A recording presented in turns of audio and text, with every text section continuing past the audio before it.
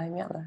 Bonsoir à tous. Écoutez, on est très heureux de vous accueillir ce soir pour cet amphithéâtre de clôture de l'unité d'enseignement environnement et économie de l'entreprise. Je suis très heureux d'accueillir ce soir Julie Debrux. Comme à l'habitude, lors de cet amphi de fermeture, il y a toujours un invité et on est toujours deux, donc on va essayer de se coordonner entre le passage des slides, le quiz qui est prévu ce soir et une petite vidéo aussi qui est prévue lors de cette intervention. Donc, comme je vous le disais, je suis très heureux d'accueillir Julie Debrux, qui est fondatrice de l'agence Citizing, dont elle va vous parler probablement en introduction de cette séance. Elle est associée fondatrice de Citizing et elle est aussi directrice du pôle évaluation socio-économique de cette agence. Et auparavant, elle a fait un passage par chez Vinci Concessions. Elle a donc une expérience assez grande des projets d'infrastructure et du financement de projets. Et puis, dans une vie encore antérieure, même si elle n'a pas l'air si âgée que ça, elle est passée par l'IE de Paris, où elle a fait un doctorat, ici dans nos locaux. Donc voilà, je suis très heureux de vous accueillir, Julie. Je vous laisse la parole pour la suite de cette présentation. Bonsoir Stéphane et bonsoir à tous. Alors c'est un peu étrange pour moi de faire une présentation devant un écran. N'hésitez pas à poser des questions. Je sais que Stéphane préférerait qu'on les pose à la fin, mais si toutefois vous avez des problèmes de compréhension ou si je ne suis pas claire, n'hésitez pas à poser des questions en cours de présentation. Alors, je suis Julie Debrux, je suis effectivement économiste et j'ai fait il y a un certain nombre d'années effectivement un doctorat d'économie sous la direction de Stéphane Saussier. Et c'était un doctorat qui portait sur l'efficacité relative des différents modes de gestion des investissements publics. Donc, ces fameux investissements publics, ces infrastructures qui peuvent être réalisés par le public, par le privé, des investissements en partenariat public-privé, en concession. Je pense que vous en avez parlé pendant ce cours. Et à l'issue de ce doctorat, j'ai eu envie de garder un pied dans la recherche et je continue à être associée aux travaux de recherche du laboratoire de l'IAE de Paris, la chaire EPPP. Mais surtout, j'ai eu envie d'une vie opérationnelle. Et donc, j'ai travaillé pendant 8 ou 9 ans chez Vinci. Donc, le groupe Vinci et la filiale Vinci Concessions. Donc, c'est celle qui est en charge des contrats longs. Donc essentiellement des concessions et des partenariats publics-privés. Et il s'agissait à l'époque des routes, des parkings, du ferroviaire, de l'aéroportuaire et des stades. Là-bas, j'étais en charge des études économiques et de la prospective, ce qui veut dire en gros que je venais en appui de la plupart des directions opérationnelles et puis que j'aidais mon directeur général à l'époque, il s'appelait Laurent Burgard, à défendre le modèle de long terme de la concession lorsqu'il était défendable, parce que parfois il marche et parfois il marche moins bien. Donc il y a des conditions d'efficacité de ce mode de gestion. Et puis on est arrivé dans les années 2012-2013 et dans ces années-là, moi j'ai perçu une espèce de montée en puissance de la contestation des projets publics. Et à ce moment-là, je me suis dit, ça fait 10 ans que la question de recherche à laquelle tu t'attelles, elle est intéressante, mais c'est pas la question prioritaire de s'intéresser au mode de gestion. Avant de savoir si on devrait faire du public, du privé ou du public-privé, on devrait s'assurer que les projets publics, les projets qui sont lancés par la personne publique, sont des projets utiles et qu'ils créent de la valeur. Et si on arrive à démontrer que les projets sont utiles et qu'ils créent de la valeur pour tous, alors il y a un problème d'audition, je crois. Non. Okay. Si on arrive à démontrer que les projets sont utiles et qu'ils créent de la valeur pour tous, alors on devrait avoir moins de contestation sociale et gaspiller moins d'argent public puisqu'on est en période de finances publiques contraintes et donc on ne peut pas tout faire en même temps. Et donc il ne faut lancer que les projets les plus utiles. Donc il faut objectiver cette fameuse création de valeur. Et donc ça, c'était dans les années un peu 2012, 13, 14. Et à l'époque, chez Vinci, donc j'ai décidé de monter en compétence sur ce fameux sujet de l'évaluation socio-économique pour objectiver la création de valeur des projets publics. Et puis, une fois que je me suis sentie à l'aise sur la maîtrise de cette discipline, eh bien, j'ai cherché à retrouver une parole plus libre pour pouvoir aiguiller le décideur public. Et donc, j'ai quitté le groupe Vinci en 2015 et fondé ce cabinet qui s'appelle Citizing, qui est un cabinet indépendant d'études et de conseils. Et on se donne pour mission d'aider le décideur public à prendre de meilleures décisions et notamment par l'évaluation. Et donc, je dirige à ce titre le pôle évaluation socio-économique du cabinet Citizing, sachant qu'il y a 2 autres pôles dans le temps qui marchent très fortement avec mon associé, qui s'appelle le pôle de sécurisation réglementaire des projets publics. On pourra en reparler si vous le souhaitez au moment des questions. Je vais donc aujourd'hui vous parler d'évaluation socio-économique des projets publics. Et donc, si vous le voulez bien, j'ai préparé une présentation. Non, comment ça marche? Pardon. Préparer une présentation en plusieurs parties. La première, ce sera à propos de la méthode de l'évaluation socio-économique, ses principes généraux. Ensuite, on rentrera un petit peu plus dans la méthode. Ensuite, on verra qui l'utilise et puis après, on regardera quelques exemples et puis on ouvrira la discussion. Alors, on va peut-être commencer par c'est le quiz là juste après. Oui. J'ai une petite question à vous poser. Clac, next. Est-ce que vous avez reçu le fameux questionnaire à choix multiples? Non. On va le montrer maintenant en direct, donc ne vous inquiétez pas, c'est normal. Donc, quelle est la question? Alors, vous avez une image, une photo en face de vous, et en fait, elle représente une métaphore. Et j'aimerais savoir ce que vous en pensez, si vous avez déjà croisé ce genre d'image ou de photo, cette espèce de bestiole blanche avec une trompe et des grandes oreilles. Donc, on va vous poser une question et en fait, vous allez avoir le choix entre plusieurs réponses possibles et on va vous demander d'en choisir une et ensuite, on va voir le résultat. Donc, je vais vous laisser 1 minute pour y répondre et je vais ouvrir le vote dès maintenant. Vous avez 1 minute pour faire votre choix. S'agit-il d'un projet, la métaphore pour un projet inutile, pour un projet qui a été réalisé en Asie, un projet soumis au vote du budget, un projet merveilleux, un projet de bâtiment de culte ou un projet abandonné? Pour l'instant, vous êtes 10% à avoir répondu. C'est génial. 25%. Je ne suis pas sûr qu'ils voient les résultats. Donc là, je ne sais pas comment on fera pour… Non, mais c'est super de pouvoir… mais au moins, il faudra nous croire sur parole si vous ne voyez pas les résultats. Nous, on les voit en tout cas apparaître. Je pense qu'en mettant fin au vote, on va rendre le résultat apparent pour tout le monde. On innove ce soir. C'est la première fois qu'on fait un sondage en direct par cette méthodologie, en tout cas par cette technologie. Je suis impressionnée. Donc vous êtes 75% à avoir voté. Il vous reste une vingtaine de secondes. 80%. Je suis étonné par les résultats. Ouais, moi aussi. Ça fait comme le soir des présidentielles. Nous ne pouvons rien vous dire. Il est trop tôt pour vous donner les résultats, mais nous sommes vraiment étonnés. Et il y a une tendance très forte. Il y a une tendance très forte et quelqu'un qui se détache. Et pas celui qu'on aurait attendu. Les sondages se sera encore trompé. Bien, vous êtes 91% à avoir voté. On va clore le sondage. Il y a encore 7 personnes qui n'ont pas voté. Allez, on va terminer le sondage. On met fin au vote. Donc, vous avez maintenant les résultats. Je ne sais pas si vous les voyez sur votre écran. En tout cas, nous les voyons. Alors, vous avez répondu à 38% qu'il s'agissait d'un projet de bâtiment de culte et à 22% le projet soumis à un vote du budget, suivi de 18% un projet inutile, à 18% donc. Et enfin, vous êtes 12% à avoir répondu que ce serait un projet réalisé en Asie, 8% un projet merveilleux et 2% un projet abandonné.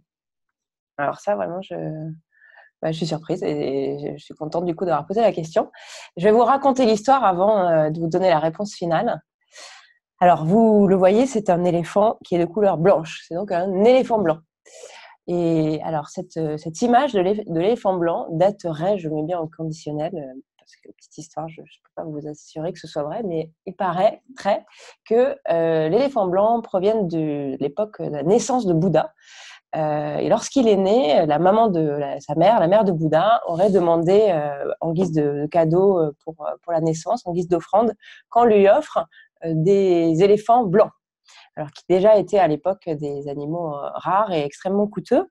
Et donc, toute la population s'est dépêchée et un peu ruinée pour apporter cet animal rare et coûteux. Et en plus, elle avait promis, la mère de Bouddha, que l'animal ne servirait pas aux travaux des champs. Donc, c'était vraiment ornemental. Et depuis cette période-là, il semblerait que dans cette région, eh bien, au moment des naissances, il soit coutume d'offrir un fameux éléphant blanc, c'est-à-dire un projet coûteux et inutile. Donc, c'était la réponse A. Un éléphant blanc, c'est un projet pharaonique, un projet qui est très coûteux et qui n'a pas beaucoup d'utilité. Voilà. Donc, j'aime bien commencer par cette image. Mon métier à moi, c'est justement d'aller à la chasse aux éléphants blancs, donc d'éviter les projets inutiles et coûteux. Et pour cela, eh bien, on évalue les projets pour estimer en amont, pour objectiver leur création de valeur, si oui ou non ils créent plus de valeur par rapport à leur coût. Alors, il y a une obligation en France d'évaluer, de faire cette évaluation qui s'appelle évaluation socio-économique, et puis on reviendra dans le détail dessus dans quelques instants. Cette obligation, elle provient de la loi de programmation des finances publiques de 2012, qui oblige à conduire des évaluations socio-économiques dès lors que l'investissement public de l'État dépasse les 20 millions d'euros. Donc, dès 20 millions d'euros, on fait une évaluation socio-économique.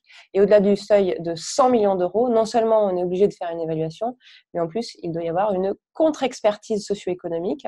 Et cette fameuse contre-expertise, elle est pilotée par un établissement qui s'appelle le Secrétariat général pour l'investissement, qui est un établissement qui est rattaché au Premier ministre, pour vérifier que les évaluations initiales ne sont pas trop optimistes. Donc, en France, évaluer de façon socio-économique, c'est une obligation pour l'État. Mais vous allez voir, ce n'est pas que obligatoire.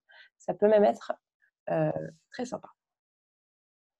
Quand on parle d'évaluation, il y a plusieurs méthodes, on va dire. Et j'aimerais tout de suite qu'on se fixe les idées pour être sûr de parler tous de la même chose. Vous voyez, tout le monde voit concrètement.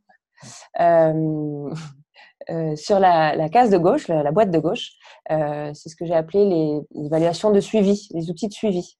Ces analyses de suivi-là, ce sont des analyses essentiellement qui visent à s'assurer de la cohérence d'un projet ou d'une PP, PP, ça veut dire politique publique, avec sa stratégie initiale. C'est-à-dire que quand on lance un projet, on se dit, on spécifie des moyens pour vérifier que le projet soit correctement conduit.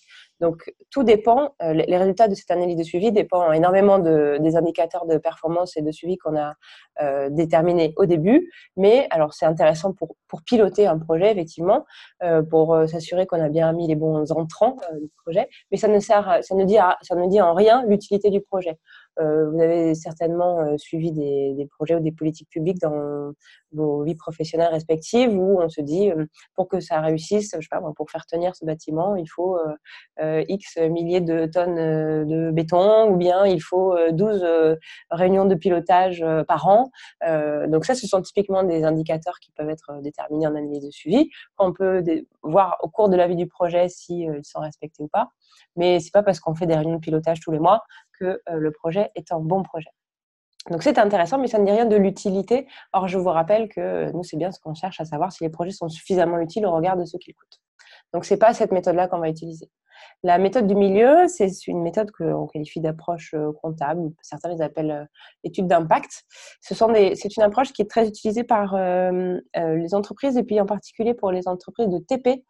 Et ça sert à déterminer si une activité est génératrice de richesse, et souvent en phase de chantier. C'est-à-dire que ça permet d'estimer si le chantier, on va prendre cet exemple-là, contribue au développement du territoire, notamment par les emplois et le PIB.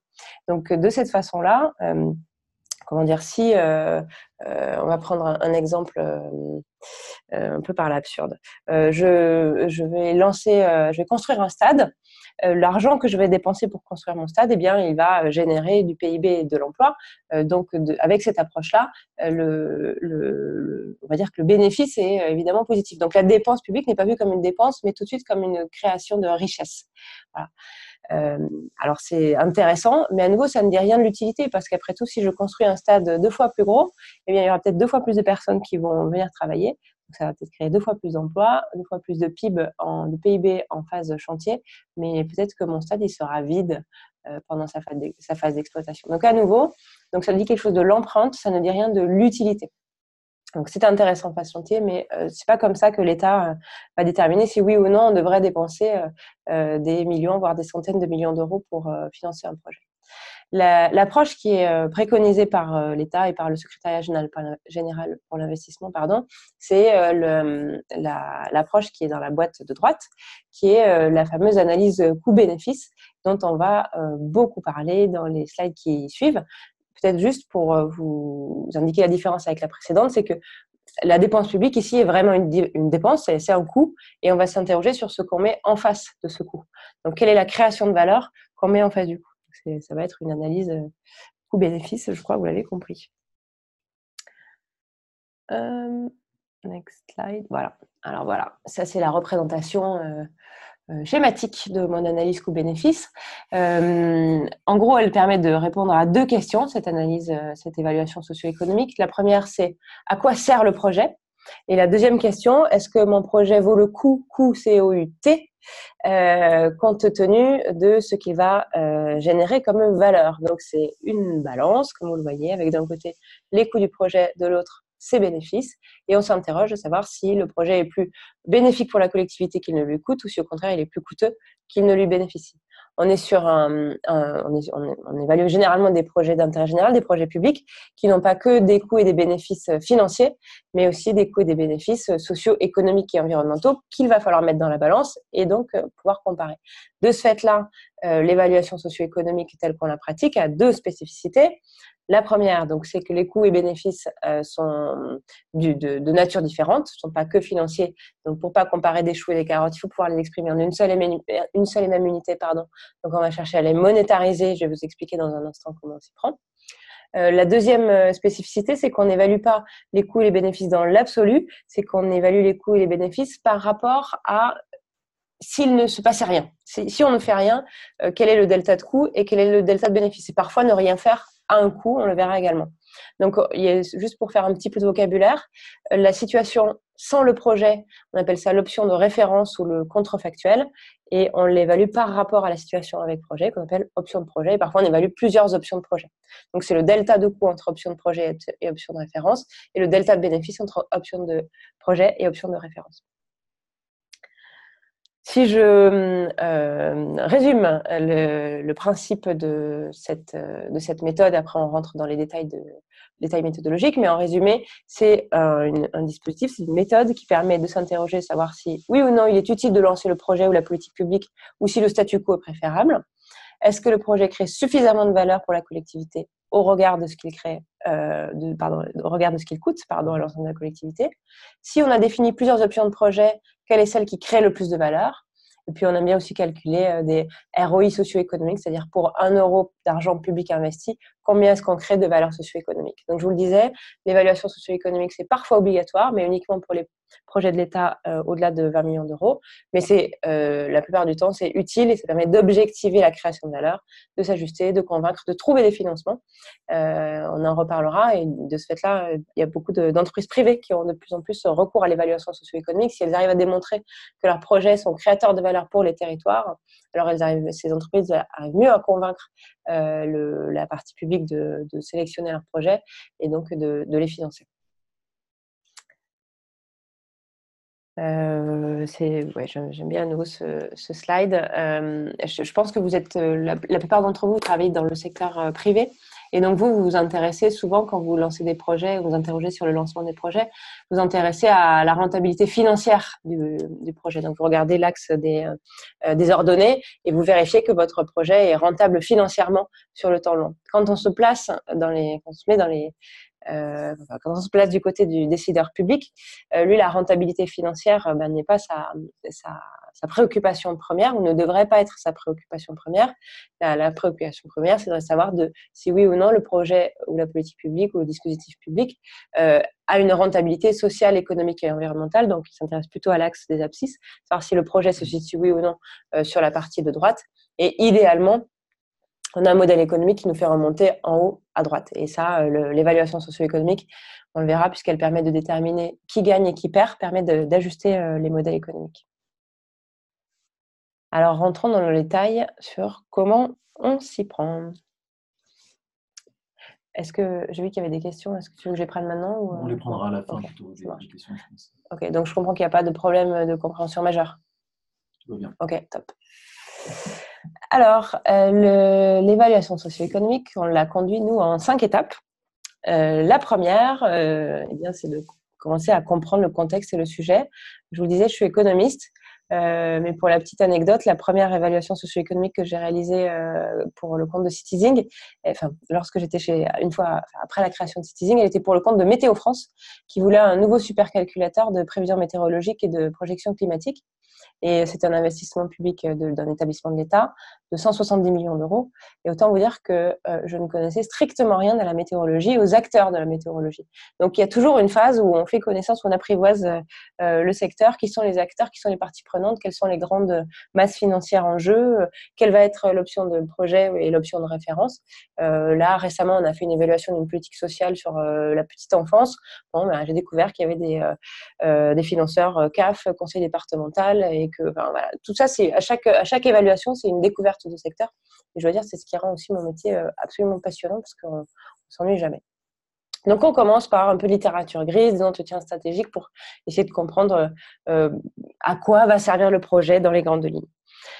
Ensuite, sur la base de cette première étape, on passe à la deuxième qui est relativement rapide pour le coup. Et quand on a compris le sujet et a priori ses objectifs stratégiques, on commence à avoir des intuitions sur les impacts du projet. Je reviens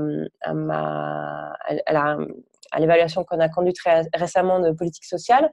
Il y avait un des dispositifs qui était en faveur des familles, en particulier des femmes enceintes, de l'accompagnement à domicile, l'aide à domicile pour les femmes enceintes.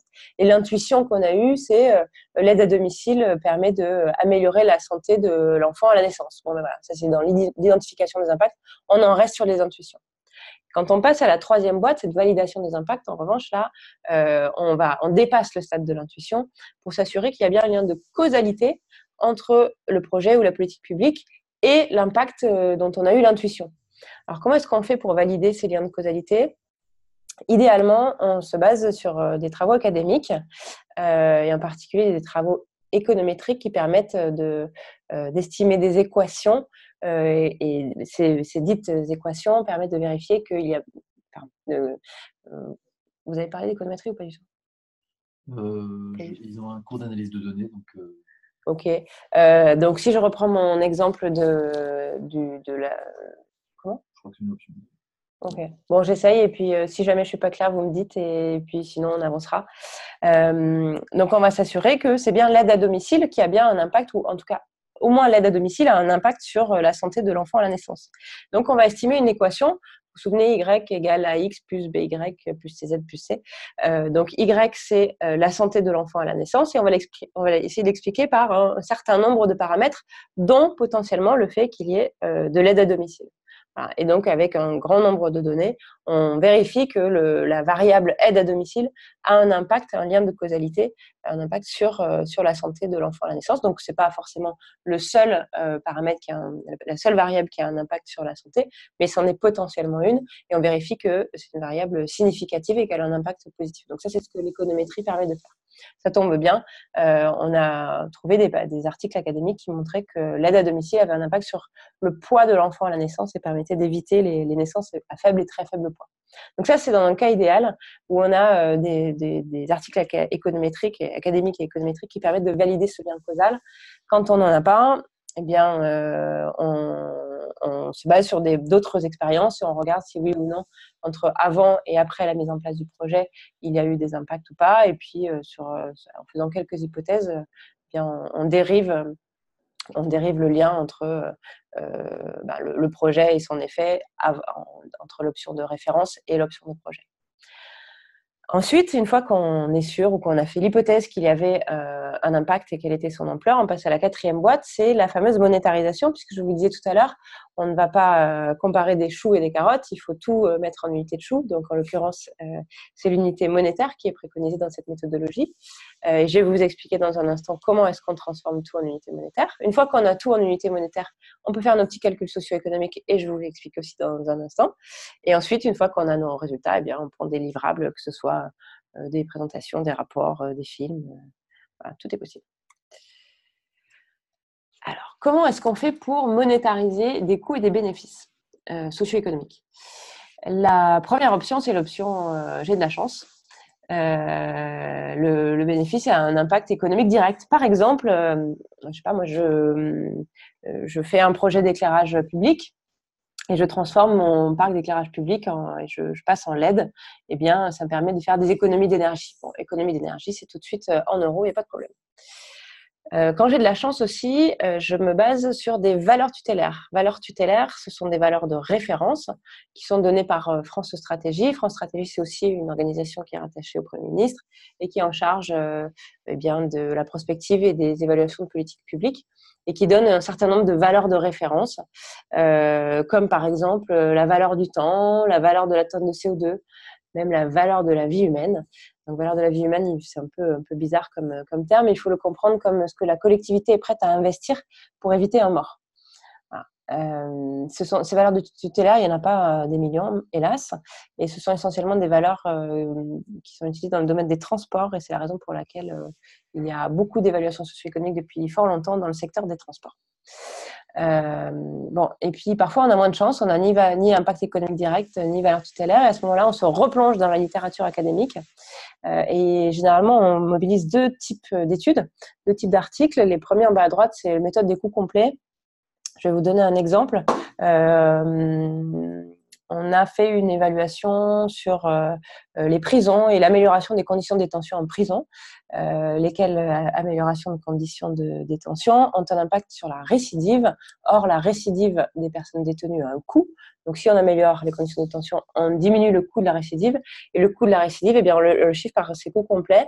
Et notamment, eh bien, il y a le coût des dommages infligés aux personnes qui sont agressées, aux victimes d'un vol ou peu importe. Donc les dommages, les coûts des magistrats, les coûts des policiers, etc. Et donc on a des études qui permettent de mettre ces coûts complets en avant. On a aussi la valeur des diplômes. Quand vous êtes diplômé, eh bien, vous avez une espérance de revenu qui augmente et puis par ailleurs, vous êtes plus contributeur à la fiscalité nationale. Voilà, donc on se base régulièrement sur ce genre d'études-là. Il y a un autre type d'études qu'on utilise régulièrement, c'est la petite boîte en bas à gauche. C'est la méthode des études contingentes et des consentements à payer. En gros, ça consiste à faire révéler aux acteurs qui sont touchés par le projet la valeur que le projet a pour eux. Grosso modo, on leur pose la question, combien seriez-vous prêt à payer pour? Et parfois, on est obligé de prendre des chemins un peu de traverse parce que bien, on n'a pas l'habitude de mettre une valeur monétaire sur certains investissements. Donc, on passe par la valeur du temps régulièrement et ensuite, on multiplie par la valeur tutélaire du temps. Une fois qu'on a donc tout transformé en unité monétaire, donc on a l'ensemble de nos coûts et l'ensemble de nos bénéfices sociaux, économiques, environnementaux, et on va chercher à les comparer. On calcule en premier une valeur actualisée nette. Alors, je ne sais pas si vous êtes des habitués de ce genre d'indicateurs qui sont traditionnellement des indicateurs financiers, mais en fait, c'est tout simple. Si jamais vous n'êtes pas habitué, la valeur actualisée nette socio-économique, c'est l'ensemble des bénéfices socio-économiques moins l'ensemble des coûts. Sauf que ce sont des bénéfices et des coûts qui surviennent sur le temps long, et donc en année 1, 2, 3, 4, 5, 6, 7, 8, 9, 10, et on les ramène en valeur d'aujourd'hui. Donc là, je fais le coût de l'hôtesse de l'air, les bénéfices moins les coûts sur le temps long ramenés en valeur d'aujourd'hui. C'est clair ? J'ai compris la blague. Je ne sais pas si demain ça donne quelque chose. Donc c'est grosso modo, dans des termes plus communicants, c'est la création de valeur collective permise par le projet, net des coûts du projet. On calcule également un TRI socio-économique, donc ça c'est le taux d'actualisation qui annule la valeur actualisée nette. Et enfin le ROI socio-économique, ça permet de dire pour 1 euro d'argent public investi, voilà quelle est la création de valeur collective. J'attire votre attention sur 2 petits points. Le premier, c'est que le coût socio-économique du projet, ce n'est pas égal au montant de l'investissement du projet. Alors, pour plusieurs raisons. Je vois qu'il y a plein de questions. Tu veux qu'on regarde ou pas ? Non. Ok. Donc, pourquoi ce n'est pas la même chose, le montant d'investissement et le coût socio-économique ? Parce que le coût socio-économique ne tient pas uniquement compte du montant initial de l'investissement, il prend aussi en compte l'ensemble des coûts d'entretien, d'opération, d'exploitation, de maintenance, etc. Donc, c'est l'ensemble des coûts. Deuxième raison pour laquelle le coût socio-économique n'est pas que le montant d'investissement, c'est que les coûts socio-économiques peuvent intégrer d'autres coûts, par exemple des externalités environnementales. Si je fais une route et qu'elle génère plus de trafic, eh bien, ce trafic va générer du CO2. Ça rentre dans les coûts socio-économiques. Et la troisième raison pour laquelle le coût socio-économique, c'est pas la même chose que le montant d'investissement, c'est parce que quand on fait un projet public sur des fonds publics, on applique un coût d'opportunité des fonds publics, COFP, qui est égal à 1, enfin c'est un coefficient 1,27. Et en gros, c'est la somme, c'est le coût supplémentaire par unité d'argent prélevé. C'est ce qu'on pourrait faire d'autre. Si on ne faisait pas ce projet, on pourrait faire d'autres choses. Et le deuxième point sur lequel je voulais attirer votre attention, tout à l'heure, je vous parlais de l'actualisation pour ramener des bénéfices et des coûts qui allaient arriver sur le temps long en valeur d'aujourd'hui. Donc ça, c'est se fait par un calcul d'actualisation. On utilise un taux d'actualisation qui, par convention, est égal à 4,5%. Donc ça, c'est issu c'est une des valeurs de référence de France Stratégie, du rapport Kiné, que je vous invite chaleureusement à parcourir. Comment on avance ?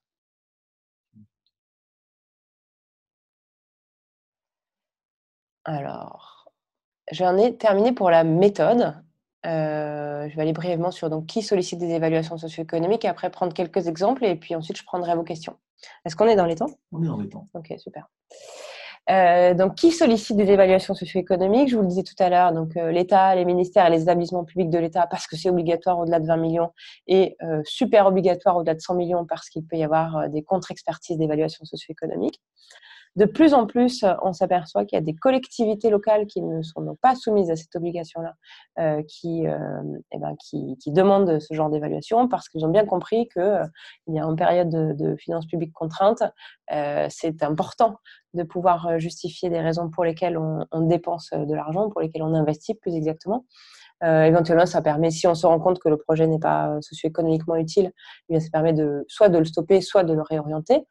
Ou parfois de continuer malgré tout, mais ça oblige à trouver d'autres arguments. L'évaluation socio-économique, ce n'est ni plus ni moins qu'un outil d'aide à la décision publique, mais il n'en demeure pas moins qu'à la fin, la décision est politique. Et ça permet aussi de suivre les projets, c'est-à-dire qu'on peut faire l'évaluation ex ante, mais on peut aussi la faire ex post une fois que le projet est réalisé, pour savoir où en cours de réalisation, pour savoir d'abord si on ne s'est pas trompé dans les hypothèses prises pendant l'évaluation, et puis aussi pour piloter la survenue des impacts. Ça permet d'observer d'une certaine façon les transformations du territoire. Et enfin, de plus en plus, la troisième cible, on va dire, de nos clients et puis des demandeurs d'évaluation socio-économique sont les entreprises privées délégataires de services publics qui sollicitent ce genre d'évaluation régulièrement en phase d'offres quand vous répondez à des appels d'offres publics. Ça permet de valoriser les variantes plutôt que l'offre de base. Ce sont des entreprises qui sont persuadées que l'offre de la variante est plus créatrice de valeur, que donc la personne publique a intérêt à dépenser un peu plus, mais à la fin pour avoir un retour sur investissement socio-économique intéressant. On a beaucoup parlé de projets, mais c'est donc c'est la deuxième flèche. L'évaluation socio-économique, elle ne sert pas qu'à évaluer l'intérêt ou l'utilité de lancer un projet. Elle permet aussi de savoir si on a intérêt à financer un établissement. Je vais vous donner un exemple tout à l'heure. Et également l'intérêt de lancer ou poursuivre une politique publique. Finalement, ça se pratique dans énormément de secteurs. Je vous l'ai dit tout à l'heure, depuis les années 70 à peu près, ça se pratique dans le secteur des transports parce qu'il y a une obligation qui date pour le coup avant 2012. C'est la loi d'orientation des transports intérieurs qui oblige à faire des évaluations socio-économiques et c'est la raison pour laquelle dans le secteur des transports, on a beaucoup de valeurs tutélaires. Si on a une infrastructure de transport qui permet de faire gagner X minutes à X milliers de personnes pendant X années, on multiplie par la valeur tutélaire du temps. Donc, c'est assez simple finalement de conduire une évaluation socio-économique. Mais de plus en plus, en fait, on le pratique dans d'autres secteurs. Donc, le logement, les aménagements, je vous ai parlé de prison, on l'a fait pour des universités, des applis, de l'énergie, la météorologie, on va en reparler, l'eau, l'assainissement, les Jeux olympiques, par hasard, et on en reparlera aussi. Si vous en êtes d'accord, on va parler de 3 exemples. Donc, le premier, c'est l'exemple d'un projet. Après, je vous parlerai de l'exemple de l'évaluation d'un établissement, puis de l'évaluation d'une politique publique. Ça, c'est une étude que nous avons réalisée en 2017 et elle porte sur la ville intelligente au sens large. C'était pas une demande, c'est nous qui avons proposé de lancer cette étude-là parce que, donc c'est sur la ville intelligente, je vous le disais, et on avait fait le constat que sur le marché on parlait beaucoup on parlait beaucoup de smart cities, de villes intelligentes. Il y avait beaucoup de solutions de villes intelligentes proposées par les opérateurs, mais de fait, il se passait quand même pas grand-chose sur les territoires. Et on s'est interrogé sur les raisons pour lesquelles il se passait pas grand-chose. Donc, on est allé voir dans un premier temps quelques décideurs publics qui nous ont parlé de façon assez ouverte et qui ont mis en avant au début des freins régulièrement mis en évidence, type des freins organisationnels, cette organisation en silo, des freins juridiques, des freins réglementaires. Et puis, il y avait aussi une espèce de signal faible qu'on a perçu, c'était les décideurs se posaient la question de savoir si, oui ou non, en fait, ces investissements smart, c'était du gadget ou ça créait de la valeur. Et donc, la question gadget ou création de valeur, c'est typiquement une question à laquelle répond l'évaluation socio-économique. Et on s'est dit, il faut essayer de faire de l'évaluation socio-éco, donc dupliquer la méthode sur ces objets un peu non identifiés de la ville intelligente. Et donc, c'est la Caisse des dépôts et consignations, Syntec Numérique et les pôles de compétitivité Advanced City et Systématique qui nous ont financé sur cette étude-là. Et on a réalisé 5 études de cas, dont une étude de cas sur l'Observatoire du stationnement à Strasbourg. Donc, c'était en plein contexte de dépénalisation du stationnement, ce qui veut dire qu'en gros, on ne met plus de PV, mais des FPS pour dire forfait post-stationnement et que c'est plus pénal, enfin, ça peut être privatisé, délégué à une entreprise privée. Et donc, cet observatoire du stationnement à Strasbourg consiste assez simplement à générer de la donnée d'utilisation de la voirie. Alors, qui est garé? Est-ce que les places sont libres ou pas? Est-ce que c'est payé ou pas? Quelle est la rapidité de rotation, etc., etc. Et à partir de ces données, grâce à l'observatoire du stationnement, eh bien, on va pouvoir mieux cibler les contrôles et donc distribuer de façon plus efficace des forfaits post-stationnement, donc les ex-PV. Autant vous dire que si on sait mieux quels sont les coins où les gens ne payent pas leur stationnement, parce qu'il faut savoir qu'en France, en moyenne, les gens payent à 30% pour leur stationnement en voirie, 10% Paris. Donc, si on sait mieux où les gens ne payent pas, eh bien, on va donner plus de FPS et les gens vont se mettre s'ils reçoivent plus de FPS, ils vont se mettre plus à payer pour leur stationnement parce que ça devient plus très rentable que de faire le pari de jouer au chat et la souris. Et donc, ils vont plus payer leur stationnement de façon régulière. Néanmoins, au final, même si on n'augmente pas le prix du stationnement, ça augmente le coût du stationnement pour les utilisateurs. Et pour certains, ça va les désinciter à utiliser leur voiture par le jeu du report modal, enfin le jeu des élasticités de la demande par rapport au prix. Et donc, il va y avoir du report modal. Et ce fameux report modal, il va avoir tout un tas d'impacts socio-économiques qui sont listés sur la gauche. En particulier, si les gens abandonnent leur voiture, eh bien, ceux qui restent mettront moins de temps à rechercher une place, qui est sur la durée analysée équivaut à plus de 400 000 heures de temps économisé de recherche de place. Si les anciens utilisateurs de la voiture utilisent plus les transports en commun, la marche à pied, le vélo, il y aura une amélioration de la santé publique. Concernant l'accidentologie, au début, il va y avoir un pic, puis une chute de l'accidentologie, une diminution des émissions de CO2, une diminution du bruit et une évolution des recettes, étant entendu que ça va être une perte pour les usagers et un gain pour la puissance publique. L'ensemble de ces impacts, coûts et bénéfices, sont transformés en unités monétaires, comme je vous le disais tout à l'heure, soit en impact économique direct, soit en valeur tutélaire, ou bien par le jeu des extrapolations d'études académiques. Au final, c'est un projet qui est socio-économiquement rentable, et sur le positionnement de l'axe que je vous montrais tout à l'heure, on est en haut à droite. Ce qui est peut-être intéressant de noter ici, c'est que les bénéfices financiers pour la collectivité s'élèvent à 20 millions, tandis que les bénéfices nets, donc la vanne socio-économique, elle est inférieure, elle est de 6 millions, pour la simple et bonne raison que la collectivité, elle a un gain de recettes de stationnement, mais qui ensuite, dans la vanne socio-économique, est perdue, puisque l'évaluation socio-économique, elle prend en compte l'ensemble des acteurs touchés par le projet. Donc, c'est un jeu à somme nulle, cette histoire de recettes. Il n'y a pas des coûts dans ce cas particulier, là, parce que je ne les vois pas apparaître. Si, pardon. Le coût du projet, la mise en place du projet, c'est 350 000 € investis pour générer ces données. Non, mais je pensais aussi que le report modal pouvait faire que ceux qui ne prennent plus leur voiture perdent du temps maintenant dans les transports publics, donc cette perte de temps, elle a un coût. Le temps gagné, pardon, c'est le temps net. Ouais, voilà, exactement.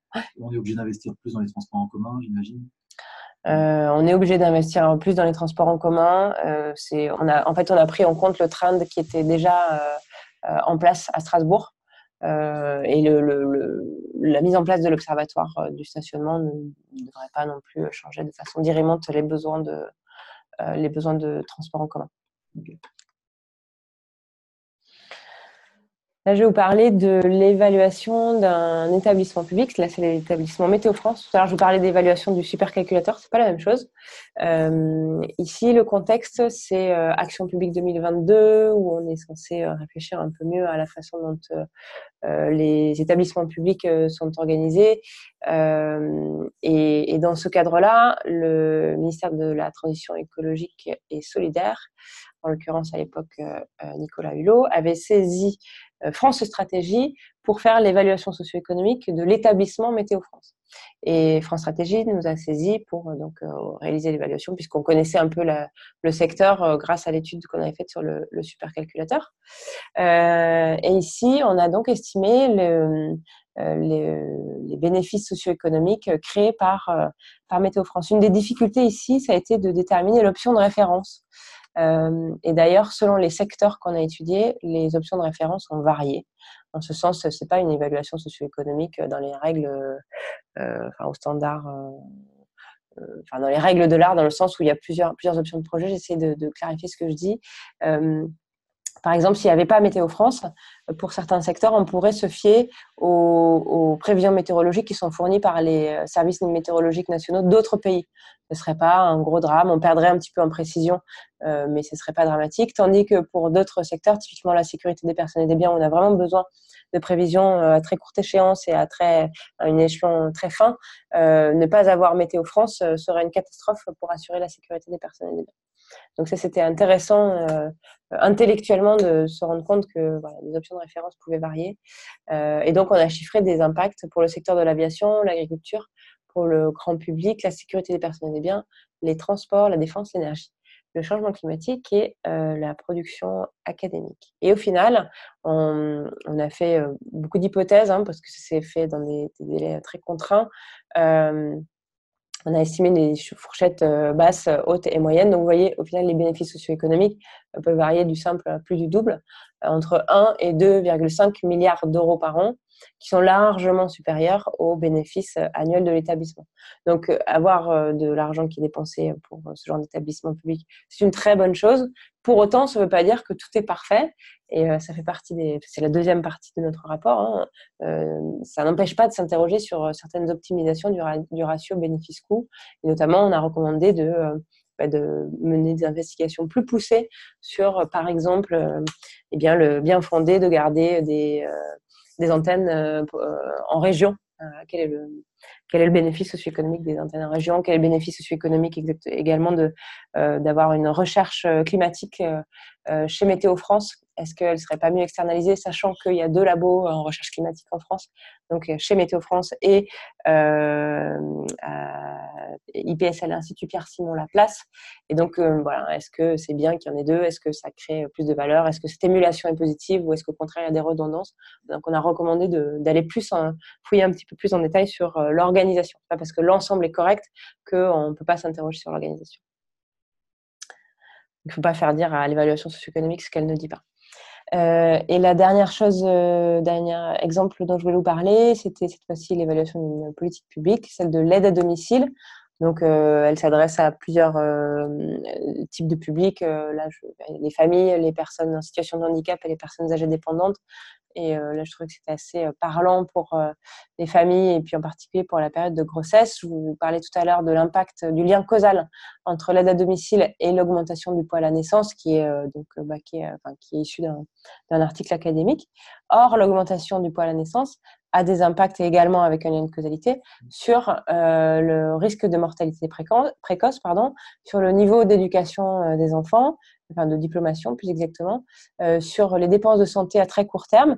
Je suis persuadée qu'il y a aussi un impact sur les dépenses de santé à long terme, mais comme on n'a pas trouvé d'article qui permettait de mettre en avant ce lien causal, on n'en a pas tenu compte, donc nos bénéfices sont des bénéfices à minima. Et le dernier impact, qui pour le coup, ne découle pas vraiment de l'augmentation, enfin pas du tout de l'augmentation du poids à la naissance. Ça devrait plutôt être une flèche entre le rectangle rose et le quatrième. Voilà, l'aide à domicile permet un soulagement aux tâches ménagères pendant la grossesse. Voilà. Et chacun de ces bénéfices, eh bien, on leur a donné une valeur monétaire, la réduction du risque de mortalité grâce à la valeur tutélaire de la vie humaine, l'amélioration de la diplomation. Vous vous souvenez tout à l'heure, c'était dans le rond en bas à droite, une étude académique de compilation des coûts.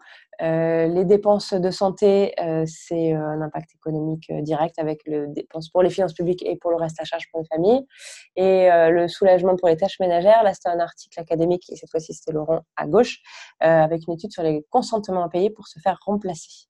Voilà. Et au final, par grossesse, et compte tenu de la prévalence des poids à la naissance, le gain socio-économique s'élève à 2 400 € par grossesse prise en charge, sachant que le coût de ces dispositifs est environ de 1 800 € par grossesse prise en charge. Donc, si on fait les bénéfices moins les coûts, eh bien, ce bénéfice net s'élève à quasiment 600 € par femme prise en charge. Si on considère, enfin, c'est pas si on considère, il se trouve qu'en France, en 2016 ou 2017, je ne sais plus, il y a un peu plus de 9000 grossesses qui ont été suivies dans le cadre de ce dispositif-là. Et donc, si on multiplie 9147 par 591, ça nous a fait un bénéfice annuel de ce dispositif de plus de 5,4 millions d'euros net du coup pour les finances publiques. Donc, on s'aperçoit que typiquement, c'est le genre de dispositif public à soutenir car il est créateur de valeurs socio-économiques sur le temps long. Et puis même sur le temps court, hein, si on reste juste sur la partie financière, comme je vous le disais, le dispositif, c'est pas parce qu'on dépense 1 dans le dispositif qu'en réalité ça coûte 1, puisque je vous disais, il y a une diminution des dépenses de santé et donc des dépenses pour l'assurance maladie. Ici, je vous ai mis un petit résumé de nos partis pris et je ne sais plus quel est le titre, mais bon, on voit pas, mais je suis sûre. Ah ben non, il n'y en a pas. Ben, autant pour moi, j'ai oublié le titre. On pense qu'il vaut mieux faire des hypothèses pour estimer les impacts d'un projet et leur ampleur plutôt que de prendre des décisions sans aucune base objective de décision. Ça peut pas être juste le budget qui drive les décisions d'investir, de faire ou de ne pas faire un projet ou une politique publique. L'investisseur public vertueux doit s'interroger sur les retombées socio-économiques de long terme. Donc, puis c'est une tendance quand même assez lourde. Hein. On va avoir de l'évaluation socio-économique de plus en plus dans les années qui viennent. De plus en plus, pas uniquement pour les personnes publiques, mais également des entreprises privées qui travaillent au service de l'intérêt général. Et qui décident de se lancer dans ce genre d'évaluation. On change de prisme, en fait, on change de regard. On n'est pas juste sur la rentabilité financière, mais la rentabilité collective. On pense également que les évaluations socio-économiques doivent être compréhensibles, ça ne doit pas être des pavés qui prennent la poussière dans les étagères des ministères. Donc, il ne faut pas faire des choses trop compliquées. Il faut faire ça dans des délais raisonnables pour que ça puisse être utile. Donc, pas dépasser 2-3 mois en gros pour ce genre d'évaluation. Il faut pouvoir rentrer concrètement dans les projets, donc rentrer dans des sujets assez opérationnels tout en, vous l'avez vu, en utilisant tout de même les résultats de la recherche. Et la dernière chose, c'est que bien sûr, il arrive de trouver des résultats négatifs, que on n'en fait pas tout un plat, c'est pas un problème pour nous de ne pas montrer les résultats, qui est pour le coup, s'ils sont rangés dans des placards, c'est pas un souci, juste on ne trafique pas les chiffres. Mais en général, chaque fois que ça nous est arrivé de trouver des résultats négatifs, ça n'a pas non plus été un drame pour la personne qui nous a commandé ces études-là. Ça a permis de réorienter les projets ou bien justement de maintenir et en assumant politiquement les raisons pour lesquelles on soutenait tel ou tel projet. Et je crois que pour conclure, je vais vous proposer une vidéo, si j'arrive à avancer. Quelques lignes de conduite, ça y est, on a le titre. Oui, voilà. Ok, je passe la vidéo? Oui, avec plaisir. Donc on va terminer cette session par une petite vidéo et effectivement, je vais régler la caméra que vous nous voyez tous les deux. Je vais vous passer la vidéo et puis ensuite on prendra vos questions et on y répondra pendant le temps qui nous reste, sachant qu'on n'a pas de temps minimum, donc il n'y a aucun problème. Donc c'est parti pour la vidéo, si j'arrive à la lancer.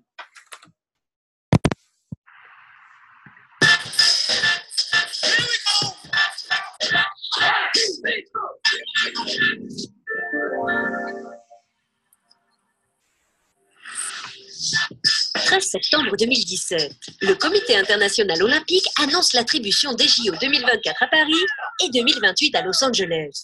Pour ces villes, la compétition n'a pas été trop dure. Toutes les autres villes candidates ont abandonné la course. Leur motif? Organiser les Jeux coûte trop cher et n'est pas rentable. Ont-elles eu raison? Les Jeux olympiques coûtent cher aux villes organisatrices.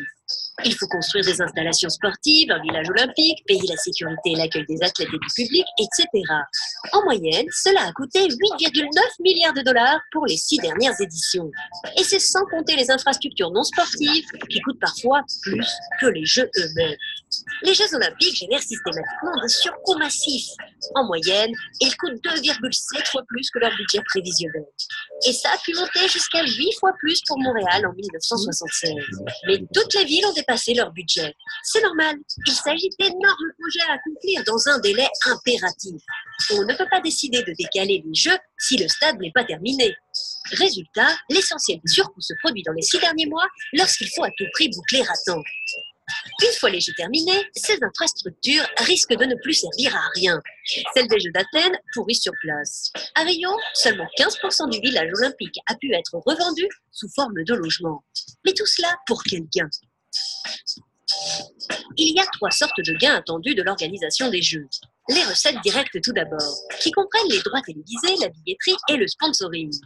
Les droits télévisés, qui en constituent la plus grande part, sont pour l'essentiel conservés par le CIO, qui n'en laisse qu'une partie aux organisateurs. Mais au final, la somme des recettes ne couvre qu'une petite fraction du coût d'organisation. Le reste doit donc être supporté par les contribuables de la ville, de la région ou de l'État qui accueille. Ensuite, des bénéfices indirects sont attendus. La ville va recevoir beaucoup de visiteurs pendant les Jeux, ce qui va créer des emplois et de l'activité économique. Problème.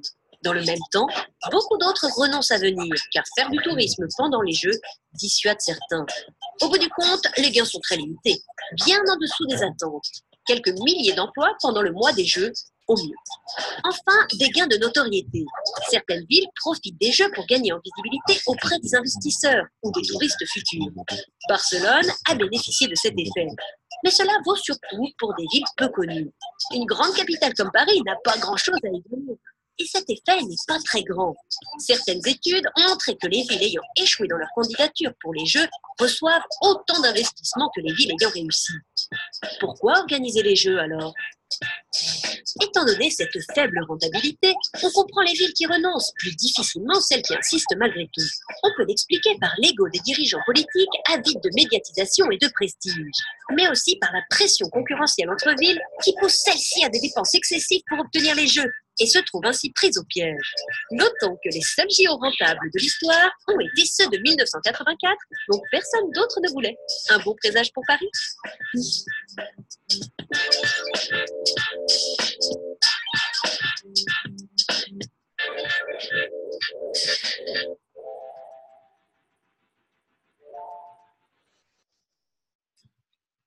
Je te laisse commenter la vidéo. Ouais. Est-ce que tu crois qu'on peut poser des questions en même temps ou pas? On peut poser des questions. Qu'est-ce que j'ai fait? Je fais des bêtises. Poser des questions aux intervenants? Oui. Non, je crois que c'est nous les intervenants. Mais non, mais il y avait des questions. Il y avait un slide, non? Avec des questions. Avant ça. Avant ça? Ouais. Si tu le dis. Oui. Voilà, top.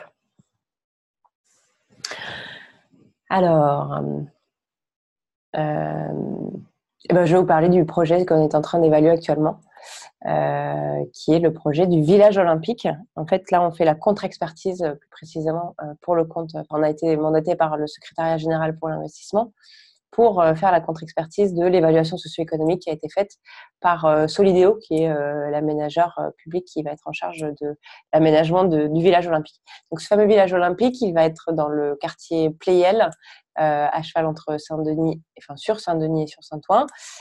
Pendant les JO, il va accueillir, je crois, 19 000 athlètes plus le staff.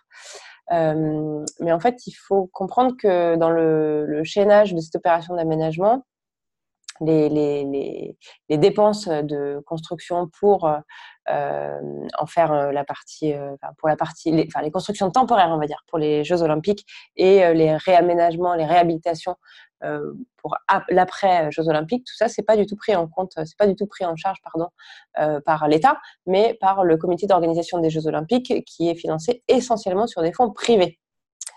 L'aménageur Solideo, lui, donc il a un vrai financement de l'État. Il va être en charge des acquisitions foncières sur les terrains actuels, de la viabilisation des terrains, des aménagements publics, par exemple un parc, probablement un musée, des établissements scolaires notamment. Et puis ensuite, les cessions foncières aux promoteurs et investisseurs. Ça va être un quartier mixte avec plus de 1900 logements et également des bureaux. À la fin, ça se chiffre en millions d'euros avec 3 chiffres devant. Eh bien, en fait, j'imagine que vous avez vu la vidéo, je ne sais pas si elle vous a intéressé, mais nous, on a trouvé que c'était super compliqué d'évaluer cet investissement-là. Et moi, j'avais envie de poser la question typiquement, qu'est-ce que vous ferez? Ne vous inquiétez pas, c'est pas juste pour attraper des idées parce qu'on remet le rapport dans 3 jours, donc on sait qu'on a une petite idée de comment on va faire. Mais je serais intéressée de savoir comment est-ce que vous y prendriez pour évaluer en fait cet aménagement de cette ZAC, cette zone d'aménagement concerté. Qu'est-ce que vous prendriez en compte comme type de bénéfice dans cet aménagement? Voilà une question qui pourrait faire l'objet du partiel, mais malheureusement… Il n'y a pas de partiel? Si, mais il arrivera après que tu aies rendu ta proposition. Donc, partiel, c'est samedi, je crois. Oui, mais c'est pas grave. Bon, ben voilà, donc on a peut-être une question. Et de toute façon, ça va arriver dans le débat public, le rapport arrivera dans les semaines qui viennent. Donc, tu veux le garder pour le partiel? On verra par la suite. Bon, d'accord. Tu veux commenter le dernier slide peut-être, et puis ensuite on… Oh non, le dernier slide, c'était c'était un slide sur notre entreprise pour vous dire qu'on n'était pas très nombreux, mais qu'on était très sympa et qu'on était indépendants. Que vous recrutiez, etc. Absolument, ouais, exactement, et qu'on a plein de clients très intéressants et on est heureux parce que on fait un métier qui est utile. Qu'on en apprend tous les jours et voilà, donc on recrute. Si jamais cette présentation vous intéresse, n'hésitez pas à nous contacter. Super. Bon, de toute façon, les slides seront mis en ligne. Donc, ils seront mis en ligne ce soir normalement. Dès ce soir, si j'y arrive et qu'il n'y a pas de problème technique. Et puis, tout a été enregistré. Donc, vous aurez la possibilité de revoir cette présentation et de revoir aussi les réponses aux questions qui vont suivre dès maintenant. Donc, ce que je me propose de faire, c'est que je vais sélectionner les quelques questions qui ont été posées. Si j'y arrive, si j'arrive à attraper ça, bon, j'y arrive pas, c'est pas très grave. Et puis, je vais les poser à Julie à voix haute parce que vous les voyez pas. Et puis, elle y répondra si elle a des idées. Ouais. Et si c'est possible, et si c'est pas possible, c'est pas très grave. Alors, donc, il y a une première question qui est posée par Iconé qui se pose la question de savoir si dans le cas de Notre-Dame-des-Landes, il y a eu une évaluation socio-économique préalable à ce projet. Ouais, il y avait eu une évaluation socio-économique, mais basée sur des études de trafic fort anciennes et, semble-t-il, un peu discutables. C'est une des grosses difficultés dans le secteur des transports que de faire des prévisions de trafic, des projections de trafic.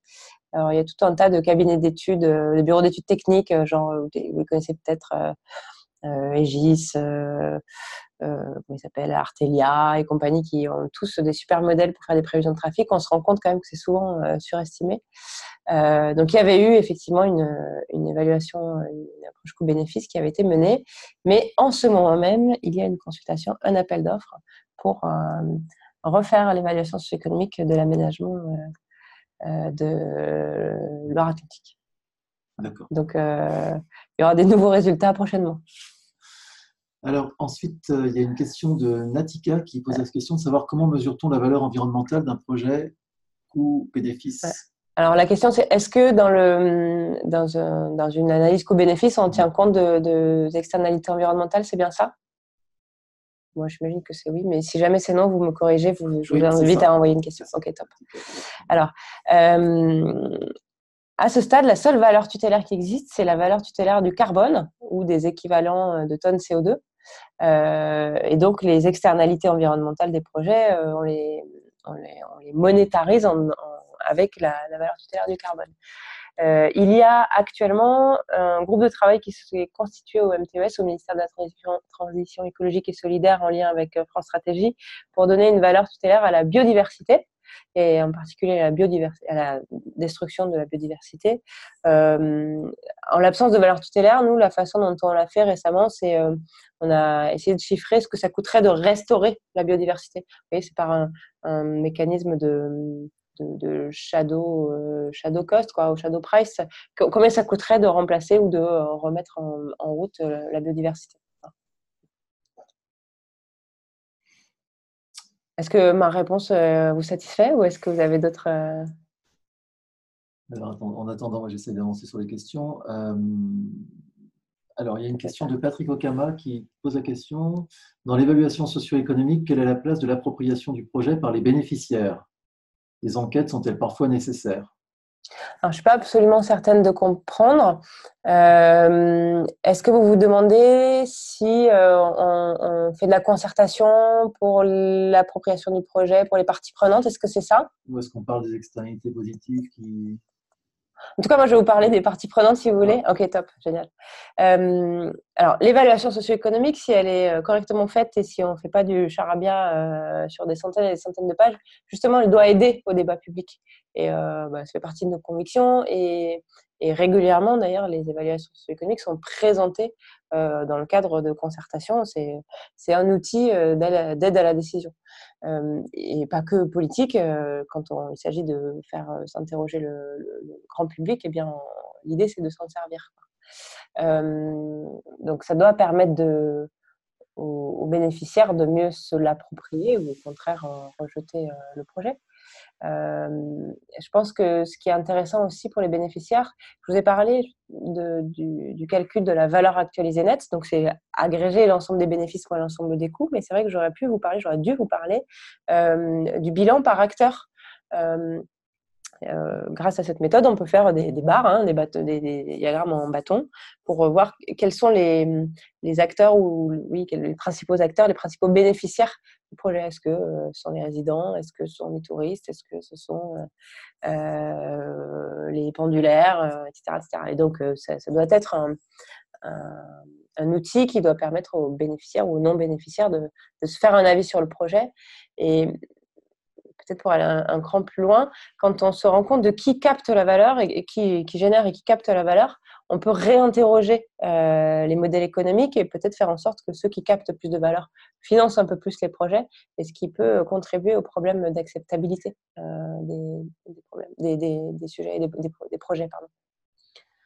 Donc normalement, ça doit permettre quand on arrive à justifier, à objectiver l'intérêt socio-économique des projets et des politiques publiques, ça doit contribuer à l'appropriation et à l'acceptabilité des projets. Alors ensuite, j'aimerais bien passer à la question de Christian Hachi, qui se pose la question de savoir si les élus sont prêts à opter pour l'évaluation socio-économique de leur projet d'investissement. Et question subsidiaire, combien coûte une telle évaluation, par exemple, pour un projet de 20 millions d'euros? Je vais commencer par la dernière question. On répond peut-être un poil à côté, mais pas complètement. Je pense qu'il ne faut surtout pas que le coût de ce genre d'évaluation dépende du coût du projet. Parce que sinon, on est incité à n'évaluer que les gros projets. Or, c'est absolument pas le but. Donc, il n'y a pas de success fees, savoir si on est positif, on est payé, et si la vanne est négative, on n'est pas payé. Ça dépend plutôt de la complexité des projets étudiés. Si on a fait 12 fois l'évaluation d'un projet d'éclairage, à force, on voit bien quelles sont les externalités de la rénovation d'éclairage public, à savoir la diminution des dépenses d'énergie, la diminution des émissions de CO2, l'accidentologie et la délinquance. L'éclairage a un impact sur la délinquance et l'accidentologie. Donc, on sait comment fonctionne le modèle et c'est rapide. Et ensuite, sur des problématiques plus complexes, ça peut monter, je sais pas moi, ça peut monter jusqu'à 70 000 euros, ce genre d'évaluation. Et ça on fait à partir de 10 000 euros, on va dire, à peu près. Est-ce que les élus sont prêts à opter pour l'évaluation socio-économique? Je pense que ce n'est pas qu'une question de coût de l'évaluation, mais... Alors, il y a certainement des gens qui qui sont contre, ou en tout cas qui ne connaissent pas. Mais quand on en parle, les élus sont séduits. Ouais. Les élus sont très séduits. Ils en ont besoin, en fait, de cet outil pour objectiver leur choix, en amont du choix. Ils en ont besoin aussi en fin de mandat, pour dire voilà les projets que j'ai lancés, voilà quelle est la création de valeur à laquelle on pourra s'attendre, déjà, qui est la création de valeur qui est déjà créée, la valeur qui est déjà créée. Donc non, c'est un vrai outil de pilotage de l'action publique, et c'est amené à se développer très fortement. Ouais. Et la question qui se pose aussi, c'est de savoir si les élus sont amenés quelquefois à faire des évaluations socio-économiques sur plusieurs projets à la fois pour savoir lesquels prioriser. Oui. Ça arrive, ça? Entre une crèche et l'éclairage public Et là, ça les met plus en danger. Non, parce que c'est souvent des budgets différents. Le budget petite enfance est différent du budget sport, ou le budget donc ça arrive éclairage. Ça arrive assez rarement. Ça nous est arrivé à l'étranger pour aider à déterminer des programmes d'investissement dans l'infrastructure à 5-10 ans. Mais là, ce sont des évaluations qui rentrent, on ne fait pas dans la dentelle, quoi. C'est-à-dire que juste on essaie de faire comprendre aux décideurs publics, ça ne sert peut-être pas à grand-chose de faire des piscines dans toutes les communes, ou de financer une route qui mène au palais présidentiel et que personne n'utilisera. Ça permet de dégrossir quand on le fait sur des projets très, très différents. Mais généralement, on n'est pas. L'idée, c'est de comparer plusieurs options de projets et pas tellement des projets radicalement différents. Alors ensuite, il y a une question de Jean-Yves, je ne vois pas son nom, mais Jean-Yves Cocro, qui pose la question de savoir si on peut donner une valeur monétaire au soulagement aux tâches ménagères. Je ne sais pas s'il est impliqué dans un projet particulier ou si ça lui tient à cœur. Oui, donc là, je pense que ça fait référence à l'étude sur l'aide et les soins à domicile. Alors, il y a de plusieurs façons, en fait. Il y a une étude on s'est basé sur une évaluation académique sur des consentements à payer, basée sur des données de l'enquête handicap santé qui est réalisée tous les 10 ans par l'adresse. Et sur la base de cette enquête-là, il y a 2 chercheurs dont leur nom m'échappe, mais on pourra éventuellement vous les renvoyer, qui ont fait une étude de consentement à payer, vous savez, ces études contingentes, pour faire révéler la valeur que les individus sont prêts à payer pour être soulagés 1 heure par semaine pendant 1 an de mémoire. Et c'est contrôlé par un certain nombre de variables, comme en particulier sur leur niveau de vie. Donc, c'est de mémoire 18 € par heure. C'est assez important comme valeur. Et la deuxième valeur qu'on donne, au-delà du soulagement des tâches ménagères, ça prend peut-être un tout petit peu à côté, mais je pense que c'est important à souligner dans le cadre de cette étude. Pour les aidants familiaux, on se rend compte que l'aide à domicile, c'est primordial, parce que quand on aide un de ses proches pendant plus d'un certain nombre d'heures par semaine, eh bien la participation au marché du travail diminue de façon assez substantielle. Et or, la baisse de probabilité d'avoir un emploi à temps plein, à la fois, ça a un impact pour l'aidant familial qui va avoir moins de revenus, mais également pour la fiscalité nationale, puisque moins de contributions, TVA, impôts sur les revenus, etc. Mais ensuite, on a une question de Frédéric qui se pose la question de savoir s'il y a eu des études sur l'évaluation liées à la pollution de l'air, à la pollution de l'eau, et aussi des projets socio-économiques d'initiatives pour purifier les écoles, les hôpitaux. Alors, c'est rigolo, votre question, parce que j'ai répondu à un appel à projet avec EDF l'année dernière, mais on n'a pas gagné. On a perdu, quoi, plutôt. Sur des techniques pour justement sur la qualité de l'air, et de l'air intérieur en particulier. Et il y avait un des tests qu'on proposait de faire sur une école maternelle de mémoire, et une sur un EHPAD. Et c'était on avait mis au point la méthodo avec des études épidémiologiques, etc., avec un super labo de recherche médicale, et derrière on aurait fait l'évaluation socio-éco. Donc je regrette qu'on n'ait pas gagné, mais je suis sûre que ça va se faire, et dans la revue littérature qu'on avait faite pour répondre au projet, je sais qu'il y a une étude, pareil, si vous voulez, je note et je vous transmettrai les références. Hop. Référence QAI, qualité de l'air intérieur. Et sur la qualité de l'air extérieur, il y a des études, à mon avis, qui manquent un peu. C'est pas que ça manque de sérieux, mais on me dit toujours que 50 000 morts par an en raison de la qualité de l'air extérieur. En réalité, il n'y a pas que la qualité de l'air qui est le facteur explicatif. Et donc, ça mérite des études un petit peu plus approfondies, je pense, pour déterminer quelle est la… Mais c'est toujours super compliqué hein, en santé, les études en santé. Quelle est la contribution, enfin, quelle est la contribution de la qualité de l'air aux problèmes de santé publique.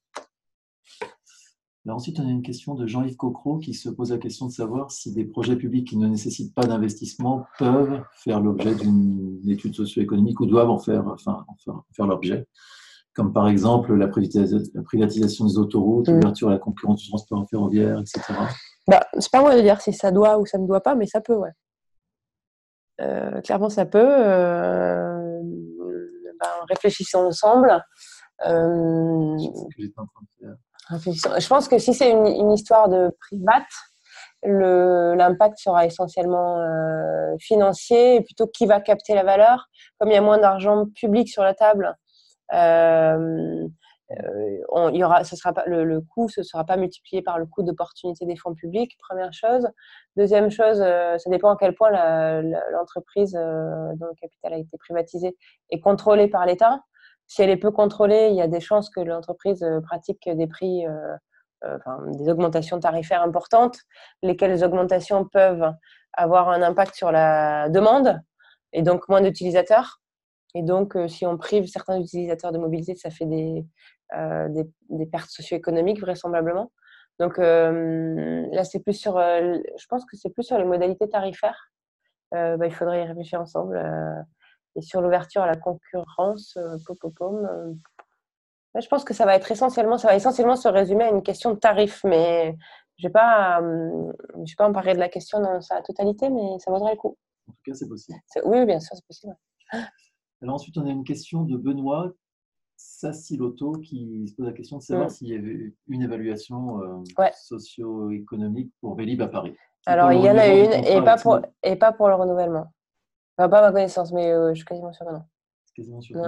Il y en avait une pour le Vélib au départ. Il y en a eu une. Je ne pense pas qu'elle ait été obligatoire, mais il y a des chercheurs qui se sont intéressés. Et donc, pareil, si intéressé, je le note et je vous enverrai les références de l'ESE de Vélib. Mais en tout cas, ce n'est pas la ville de Paris qui l'a fait. Non, des économistes qui sont intéressés à la question. Alors ensuite, D'ailleurs, ce n'était pas très positif, je crois, le résultat. Au départ, pour le premier contrat Vélib.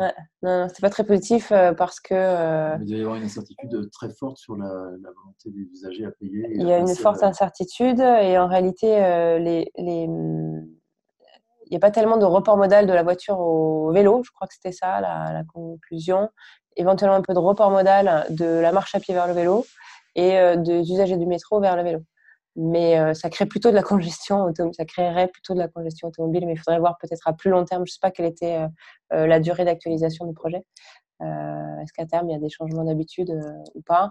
Et en fait, ce que ça permet aussi de dire, je pense, l'évaluation socio-économique, on peut se rendre compte que la vanne est négative, mais elle passerait en positif s'il y avait tant de report modal. Et donc, ça donne des indications sur les incitations fiscales éventuellement qu'il faudrait mettre en place pour inciter au report modal. Vous voyez, donc ces évaluations servent à orienter les politiques publiques. Je ne sais pas si c'est clair. Si. Okay. Sur les efforts supplémentaires à faire. Il y a une question du même type qui ne concerne pas Vélib, mais qui concerne les gares et les aéroports qui n'ont jamais fonctionné, donc les projets d'investissement public qui finalement se sont avérés être des échecs. Je ne peux pas vous dire, j'en sais rien. Sur les gares, j'en sais rien. Il n'y a pas d'obligation d'effectuer ce genre de… Non, sur les gares, j'en sais rien. Les aéroports, en théorie, il y a. Depuis 2012, je vous dis, si c'est un investissement de l'État et si c'est plus de 20 millions, c'est obligatoire. Les seuils vont se rabaisser, donc ça va être de plus en plus obligatoire. Je ne sais pas vous dire avec certitude.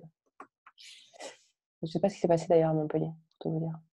Donc ensuite, on a ce même genre de questions sur savoir si une étude socio-économique a été faite pour la privatisation des entreprises publiques, ADP, SNCF, donc c'est la même chose que dans le cas des privatisations, mais dans le sens inverse.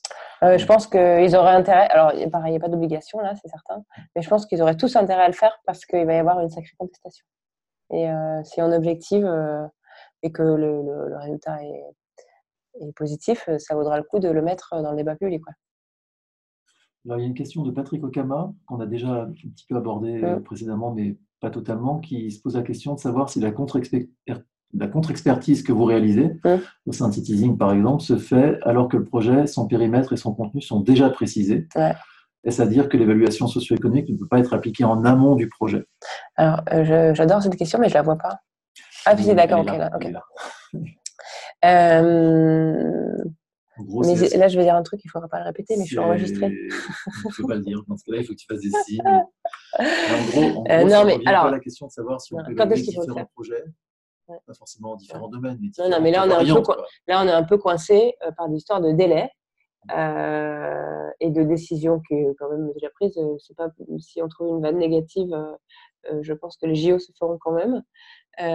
Ça risque d'être un petit peu embêtant pour la déclaration d'utilité publique et la concertation qui en suivra, enfin l'enquête publique, pardon.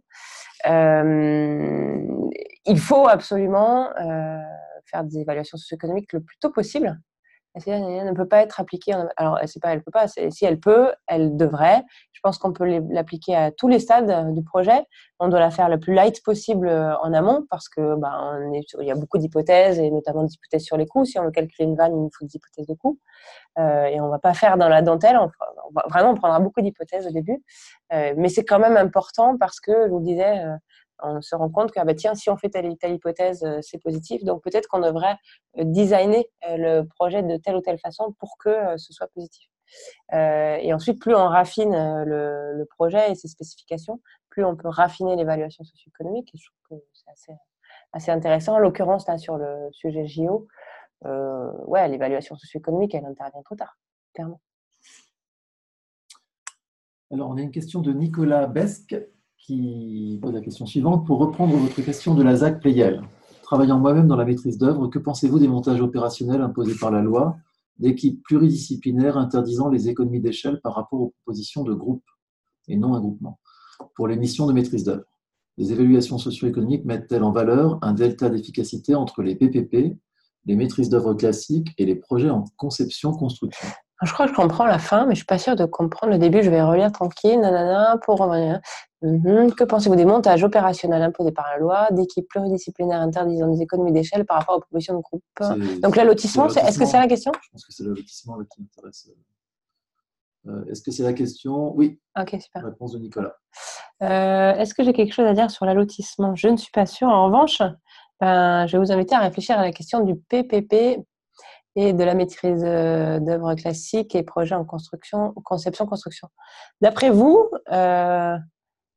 qu'est-ce que ça change sur les bénéfices socio-économiques de faire en PPP plutôt qu'en MOP? Donc, pour tout le monde, le PPP, alors oui, déjà assisté à la conférence de Monsieur Saucier. Ok.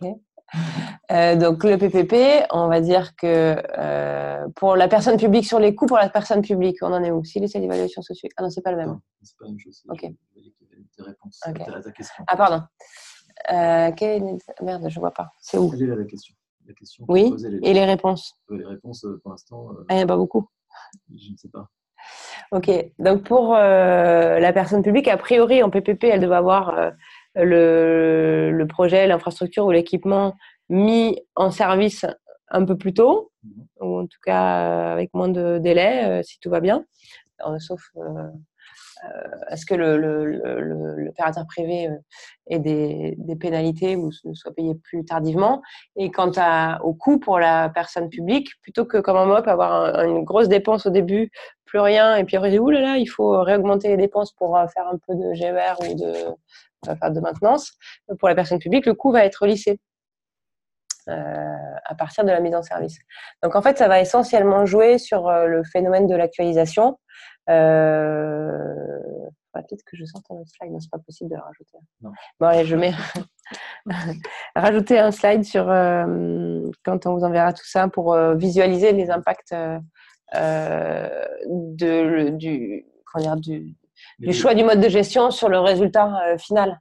Mais au final, infrastructure dans les temps ou avec moins de temps l'actualisation, concrètement, ça sert à quoi le calcul d'actualisation? 1 € aujourd'hui vaut plus qu'1 € demain. Donc, si mon infrastructure elle a des bénéfices plus tôt, eh ben, au final, c'est plus positif. Et si les coûts il n'y a pas un coût tout de suite qui vaut pour les dépenses très fort au début, mais un peu moins plus tard et de façon lissée, en actualisé, ça vaut moins que beaucoup tout de suite. Si on est sur du socio-économique, avoir un hôpital avec 2 ans de retard, c'est pas simplement un problème de. Ah ouais, c'est clair. Donc en termes socio-économiques, ça peut vraiment être très impactant Ah ouais, sur le résultat absolument, final. absolument. Donc il y a peut-être des projets qui ont de fortes externalités positives, pour le dire plus directement, qui devraient peut-être être plus facilement financés en PPP, parce que l'avantage des PPP, qui est la délivrance de l'infrastructure dans les temps, aura un impact vachement plus fort. Je pense que c'est ça peut-être la question de Nicolas. Alors ensuite, quelles sont les références pour faire ce genre d'études? C'est une question de Galaxy A8. Ça veut dire quoi, les références pour faire ça? Les données sont délivrées par les clients? Les données viennent de ton client ou est-ce que c'est toi qui vas chercher les données sur l'évaluation de la demande attendue, par exemple? On essaye le plus possible d'utiliser les données officielles, publiques, en open data, quand c'est possible. Ça, c'est pour les données d'assiette. Donc, beaucoup aussi sur la littérature grise, on se base. Les données pour monétariser, pour valider le lien causal, vous vous souvenez, ça, ce sont des données issues de la littérature académique, donc accessibles. Et puis, parfois, quand on n'a ni littérature académique, ni littérature grise, ni données publiques sur le sujet, eh bien, on prend les hypothèses du client et du donneur d'ordre. Tout en faisant, bien sûr, je ne vous l'ai pas dit non plus, des études de sensibilité, parce que parfois, je vous disais, on n'est pas absolument certain qu'il y a un lien de causal. Donc, on fait l'évaluation comme s'il y avait un lien causal, ou avec une ampleur, je ne sais pas moi, de 10% d'augmentation du trafic, par exemple. Mais on n'en est pas certain. Et à la fin, on fait une évaluation, une étude de sensibilité. Qu'est-ce que ça changerait s'il n'y avait que 5%, par exemple, de rapport modal? Je ne sais pas si c'est clair.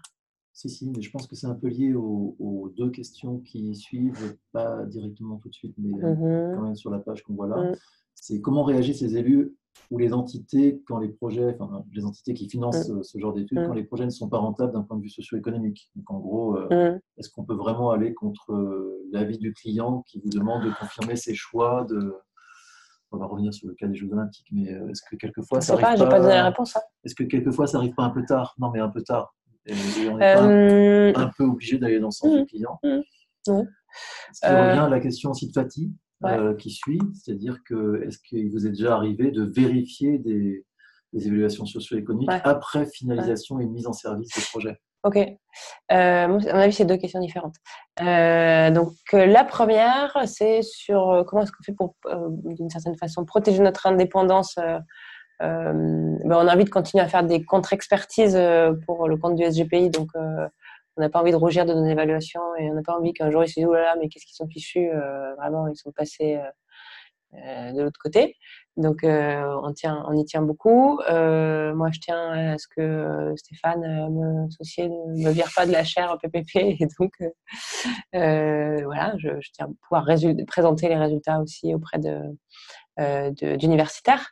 Quand on travaille pour des entreprises privées, on travaille toujours avec des chercheurs qui sont spécialistes du secteur ou de la discipline. Donc, on a beaucoup bossé avec des chercheurs de Toulouse et également avec sur l'étude sur l'aide à domicile et les soins à domicile avec une chercheure en économie de la santé. Donc ça, c'est, on va dire, ce qui protège notre indépendance. Et comment ils réagissent quand ça se passe, quand on est en négatif? Franchement, ça nous est arrivé 3 fois cette année, je crois, et ça s'est bien passé parce qu'on propose des solutions en fait pour que ça passe en positif. Typiquement, l'étude dont je vous parlais sur le stationnement là, à Strasbourg, dans ces études de cas, il y a une étude de cas sur de l'e-administration dans les Hautes-Alpes. Donc concrètement, on met des services de visio-rendez-vous dans les services publics pour éviter que les gens fassent des allers-retours dans leurs services publics, typiquement la CAF, la CARSAT, etc. Et ils vont dans des maisons de services au public, il y a une visio, là, comme ici, et ils parlent à distance à leur service public. Moi, je pensais que ça allait. Mon intuition, c'était que ça serait positif, la valeur actualisée nette, puisque les gens vont gagner du temps, des kilomètres, donc du CO2, de l'accidentologie, du temps, etc. Et je n'étais pas très coûteux. Mais pour autant, on est quand même tombé sur une valeur actualisée nette négative pour la simple et bonne raison qu'il n'y a pas d'utilisateurs. Vraiment, moins de 100 par an, c'est absolument ridicule.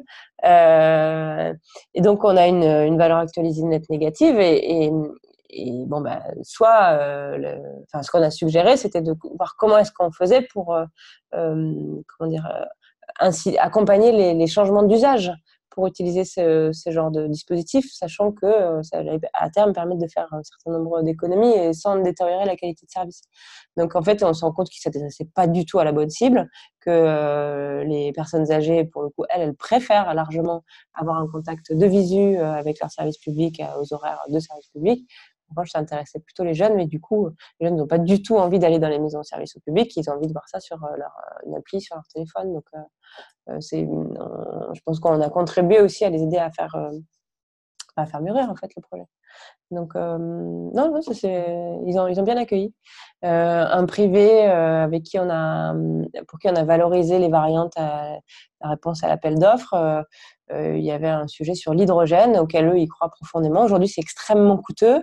Donc malgré les bénéfices, les bénéfices socio-économiques sont pas supérieurs au coût. Pour autant, il a dit nous on veut quand même proposer cette variante-là et d'ailleurs ils ont gagné.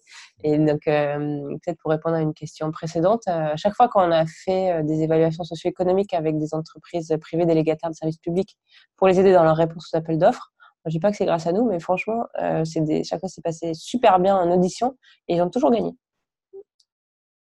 Avantage comparatif. Ouais. C'est différenciant, quoi. Ils parlent un langage plus d'élu, en vérité. Alors, il y a une question de Christian Achille qui voudrait savoir s'il y a une différence entre une étude d'opportunité ou une évaluation socio-économique d'un projet. Ça dépend de ce qu'on appelle une étude d'opportunité. Moi, j'estime qu'on évalue l'opportunité de lancer un projet. Oui, mais certains doivent vouloir dire autre chose par étude d'opportunité. Ça peut être une étude d'opportunité financière pour le privé. En fait, il faut me donner quelques éléments de ce que vous appelez étude d'opportunité. Alors, mais ça porte quand même assez systématiquement le nom d'évaluation socio-économique. Je pense que en général, l'étude d'opportunité, c'est soit un sujet financier, soit plutôt une caractérisation qualitative des besoins du territoire. On a une question de Nicolas, très simple, qui pose la question de savoir si la démarche socio-économique ne peut pas être un poste afin de compléter la mesure du PIB, qui est imparfaite. Je savais qu'elle te plairait, cette question. En gros, la question qui sous-tend cette question, c'est de savoir si une évaluation socio-économique, ça ne mesure pas mieux l'impact en termes de bien-être en fait, de ce projet plutôt que le PIB qui est forcément un indicateur très imparfait. Oui, qui peut donner en richesse des éléments qui, au contraire, sont destructeurs de valeur. Donc, a priori, la réponse est oui. Oui, je ne sais pas comment on ferait. Sauf qu'on ne sait pas trop le faire au niveau national. Ça veut dire qu'il faudrait évaluer toutes les dépenses et voir si elles génèrent des externalités positives, des externalités négatives. Mais je ne pense pas qu'il y ait une piste pour… Là, je ne sais pas comment on ferait, mais je pense qu'il faut aller le proposer à France Strat. Alors, il y a une question d'Iconé qui s'intéresse au cas du projet Ecotax et qui pose la question de savoir si le projet a été abandonné avec un coût d'abandon. Enfin, il a été abandonné avec un coût d'abandon exorbitant pour l'État. Est-ce que le cabinet qui a conduit l'évaluation socio-économique peut être poursuivi ou solidaire des dédommagements en cas d'abandon ou d'échec? Je crois surtout que le cabinet il est pour rien. C'est pas le ça. gouvernement de l'époque n'avait pas le courage d'aller… Et puis surtout, je ne suis pas persuadée qu'au stade de l'évaluation socio-économique, le contrat était ficelé au point de savoir quels étaient ou quels allaient être les montants des dédommagements. Je suis persuadée que non. Je pense que ça a été négocié une fois que l'attributaire pressenti a été désigné. Et du coup, à mon avis, ça fait partie des clauses de négo pour finaliser le contrat. Donc, ça veut dire concrètement, dans une évaluation socio-économique, tu prendrais, si tu l'avais, cette information, en compte la probabilité d'un millième de voir le contrat, s'arrêter. Je pense que si on a un projet très tendu, il faudrait… Sachant qu'il ne peut pas être tendu quand tu… mais si on probabilise, en fait. Il y a une incertitude, la probabilité, là, pour la connaître. Vous êtes peut-être très choqué de mon hésitation. Et il faut que que vous vous rendiez compte, que vous sachiez que on est presque sur de la recherche. Hein. C'est très exploratoire ce qu'on fait en évaluation socio-économique en dehors du secteur des transports à nouveau. Et il n'y a pas grand monde, en fait, enfin, une personne qui fait ça même. Et donc, à chaque fois, on bâtit ou on réfléchit à la méthodo. Et du coup, ouais, votre question. Non, mais pour l'écotaxe, moi, je suis pas. Ouais, je pense que je mettrai la proba de. Déjà, il faut la connaître. Dans le cas d'Ecotax, c'est un projet très particulier. Il n'y a pas une expérience si grande. Ça s'est fait en Allemagne auparavant, mais enfin, voilà. Donc, c'est pas un projet récurrent sur des technologies récurrentes, donc on n'a aucune idée des probas. Non, mais on fera une sensibilité.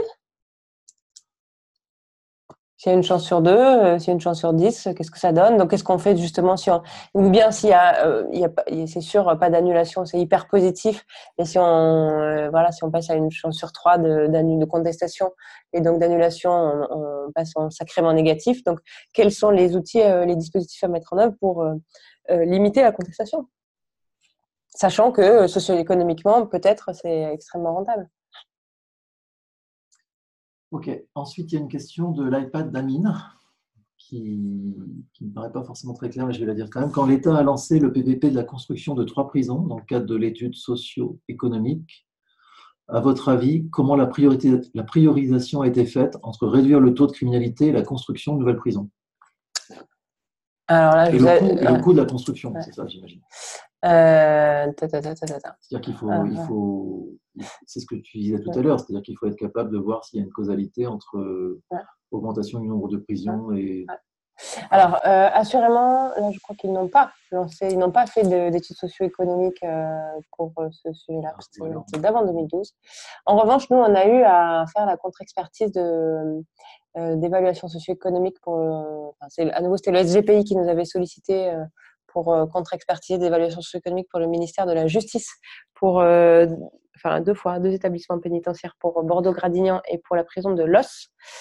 Je vais vous raconter un peu ces évaluations. Donc, on va dire pour Bordeaux-Gradignan, l'impact c'était la rénovation d'un établissement pénitentiaire, c'est pas une construction. Donc, pour améliorer les conditions de détention des personnes détenues, parmi les impacts socio-économiques les plus importants, il y a la diminution de la probabilité de suicide et la diminution de la récidive et la diminution aussi de la probabilité que les personnes détenues portent plainte contre l'État pour mauvaises conditions de détention, parce que c'est un sacré coût. Voilà. Puis il y a d'autres impacts, mais on va dire ça, c'est les 3 principaux pour lesquels on a des études de causalité qui permettent de mettre en évidence le lien entre amélioration des conditions de détention et ces impacts-là. Et on a mis en évidence le fait que si on restait à population détenue constante, là c'est une prison avec 600 personnes détenues, donc ça permettait d'augmenter le nombre de cellules, mais en augmentant le nombre de ces cellules, si on reste à un nombre de personnes détenues constante, alors le projet est socio-économiquement rentable. Mais parmi nos recommandations, en fait, il y avait de ne pas évaluer le projet en tant que tel, mais vraiment la politique publique d'enfermement, d'incarcération, parce que, toute chose égale par ailleurs, on se rend compte que, on va dire à personnes détenues constantes ou à profil de personnes détenues constantes, la probabilité de récidive est inférieure quand on est en surveillance sous bracelet électronique ou conditions aménagées par rapport à l'établissement pénitentiaire. Donc, pour certains types de peines, il vaut mieux être socio-économiquement, et même au-delà du coût, socio-économiquement, il vaut mieux être sous surveillance électronique. Et donc, c'est la politique pénitentiaire dans l'ensemble qu'il faut évaluer, non pas le projet. Donc, j'ai pas vraiment répondu, mais j'espère que ça vous donne du grain à moudre. Et ce rapport, il est public. Vous pouvez le trouver sur notre site internet si vous le souhaitez, et le site du secrétariat général pour l'investissement également. Et j'attire quand même votre attention sur le fait que l'évaluation socio-économique, c'est pas pareil que l'évaluation préalable pour déterminer le mode de gestion. En priorité, on doit faire l'évaluation socio-économique pour savoir si oui ou non le projet est un bon projet ou pas. Et ensuite, on se pose la question du mode de gestion. Donc, il faut Je pense qu'il ne faut pas les confondre. Même si dans l'évaluation socio-éco, comme la question a été posée, on peut faire des variantes en fonction du mode de gestion. Mais ce n'est pas le sujet principal. C'est le projet, est-il un bon projet pour la collectivité au sens large, quel que soit son mode de gestion et de financement. Alors, on va prendre la question de Christian Hachier qui se pose la question de savoir si les seuils d'évaluation socio-économique diminuent, cela ne risque-t-il pas de gêner la politique d'investissement des collectivités locales, de ralentir, j'imagine, les projets? Ça rajoute des contraintes, des coûts de transaction. En fait. Ouais. Bon, déjà, avant qu'il y ait une obligation pour les collectivités locales, on n'y est pas. Parce que non, l'article 73 de la Constitution et donc c'est pour l'État, donc j'ai plus le terme en fait, évidemment, c'est le moment. Donc pour l'instant, c'est essentiellement pour les projets de l'État et des établissements publics de l'État. Les collectivités, celles qui le font, elles le font parce qu'elles se rendent compte qu'au final, c'est une façon de gagner du temps. Ça permet de faire des projets mieux, mieux les partager avec les citoyens, mieux les défendre, éviter des débats publics houleux, des concertations difficiles, des projets contestés, des recours, etc. Donc en fait, c'est un projet dans le projet. Si on le fait au bon moment, on rallonge pas. Non, franchement, non, on rallonge pas. On le fait en temps masqué en même temps que d'autres études préalables, en fait. Alors ensuite, on a une question de Mathieu, dont j'ai peur de connaître la réponse, qui pose la question de savoir si les projets de loi de l'Assemblée nationale sont éclairés par des analyses d'impact socio-économique financées par l'Assemblée nationale et les services de l'État, ou bien les députés sont-ils principalement dépendants des données et éclairages fournis par les parties prenantes interrogées, c'est-à-dire sous l'influence des lobbies? Ok. Je ne sais pas si j'ai grand-chose à dire sur les lobbies. En revanche, je peux vous parler des études d'impact de l'Assemblée nationale du Sénat, qui sont ils demandent des études d'impact, mais en fait, ce sont des études d'impact budgétaires.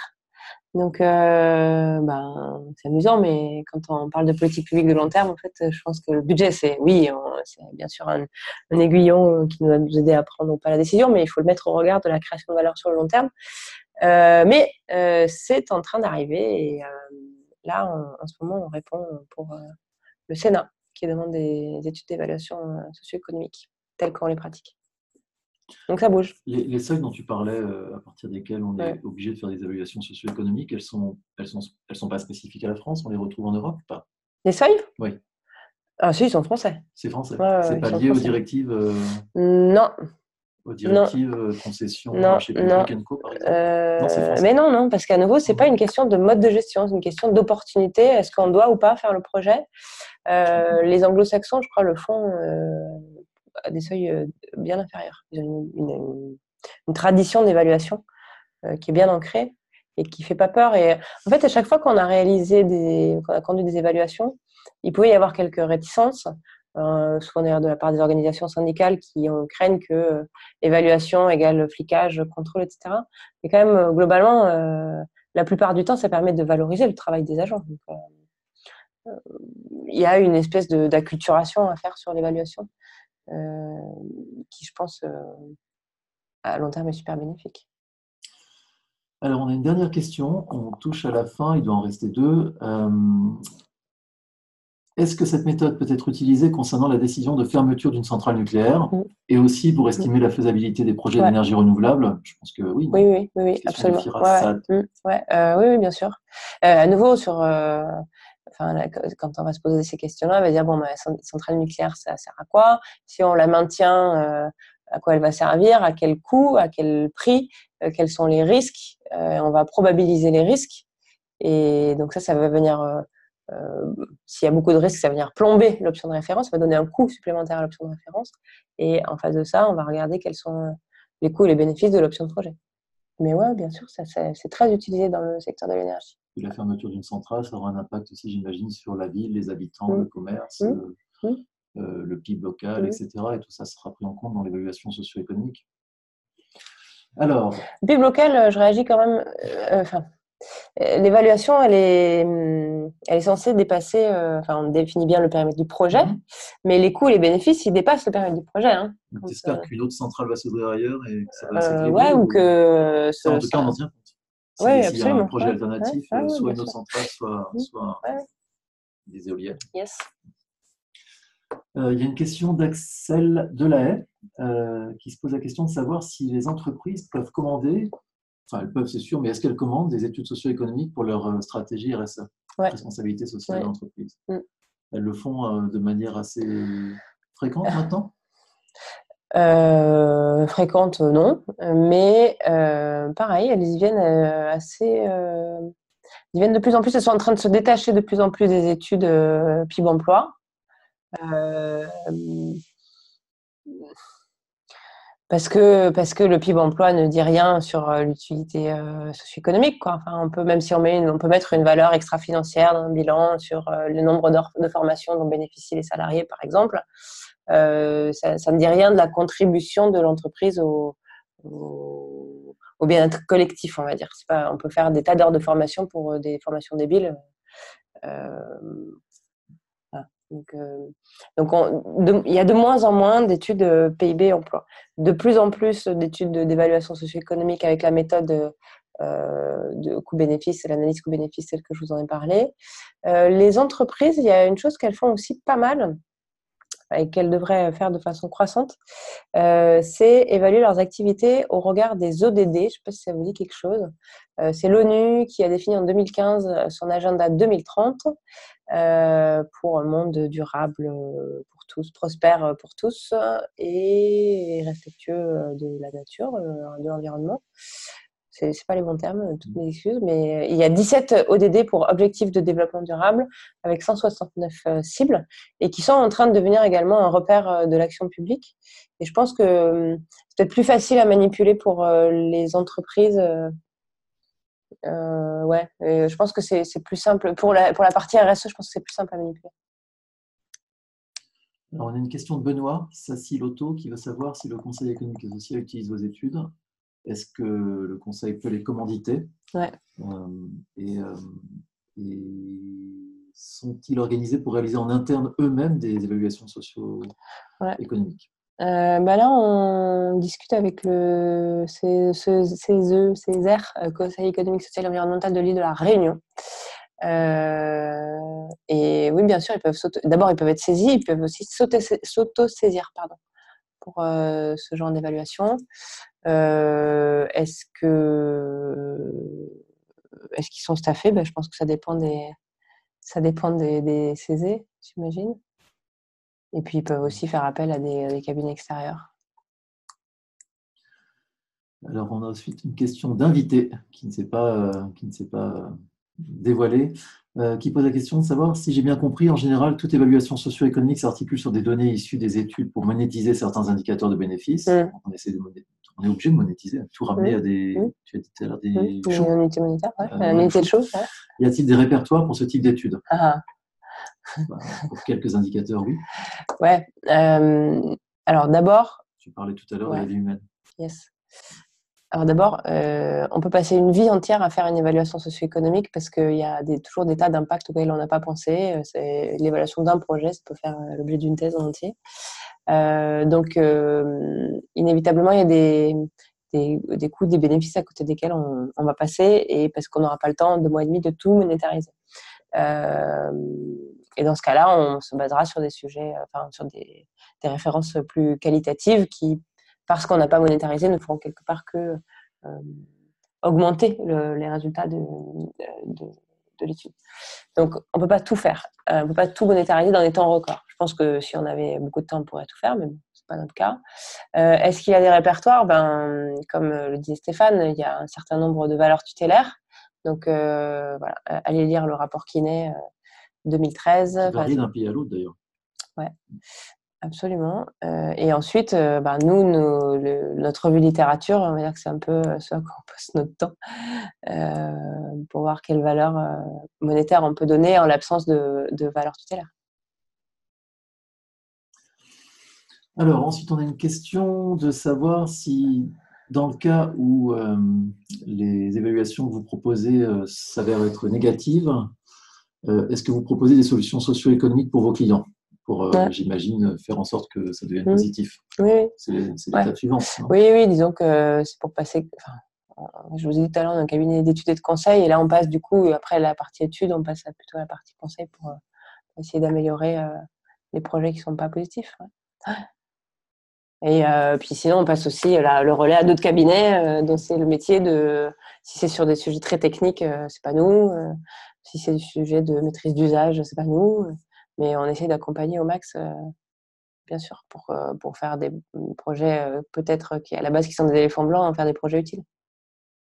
Et pour ceux qui sont arrivés en cours de soirée, les éléphants blancs, il faut revenir au début de la présentation. Ouais. Bien, écoutez, je crois qu'on a fait le tour de toutes les questions. J'en vois pas d'autres apparaître sur l'écran. D'ailleurs, je me rends compte que vous allez voir aussi, puisque c'est adressé à tout le monde. Donc, Slima, je vous dis bonsoir. Bonsoir. On est heureux de vous accueillir en fin de présentation. Je remarque qu'on avait à peu près 70 participants au départ, qu'on en a 75 à la fin, donc on n'a pas trop perdu. Je crois que tu allais me dire l'inverse. Bravo, c'est pas toujours comme ça.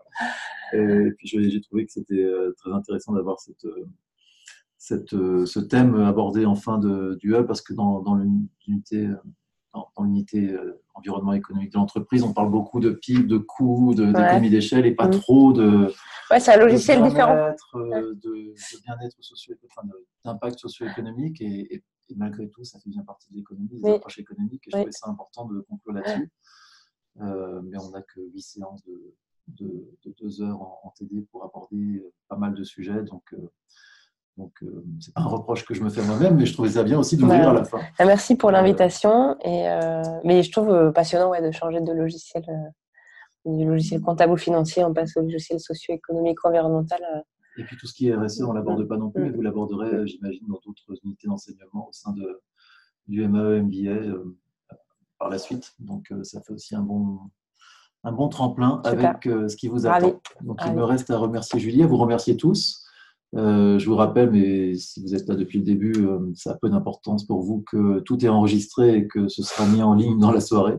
Et pour ceux qui n'ont pas pu se connecter ou qui ont dû partir en cours de route, théoriquement, tout est en ligne ce soir. Je ferai passer les 2-3 évaluations, donc qualité d'air intérieur, Vélib, et puis les petites prisons, si j'ai bien compris, ça vous intéresse. Donc, je mettrai toutes les informations sur le site ce soir pour la vidéo et les slides de Julie. Et puis pour les quelques questions pour lesquelles elle va revenir vers vous avec quelques références, je les mettrai aussi sur le site, mais probablement plus tard.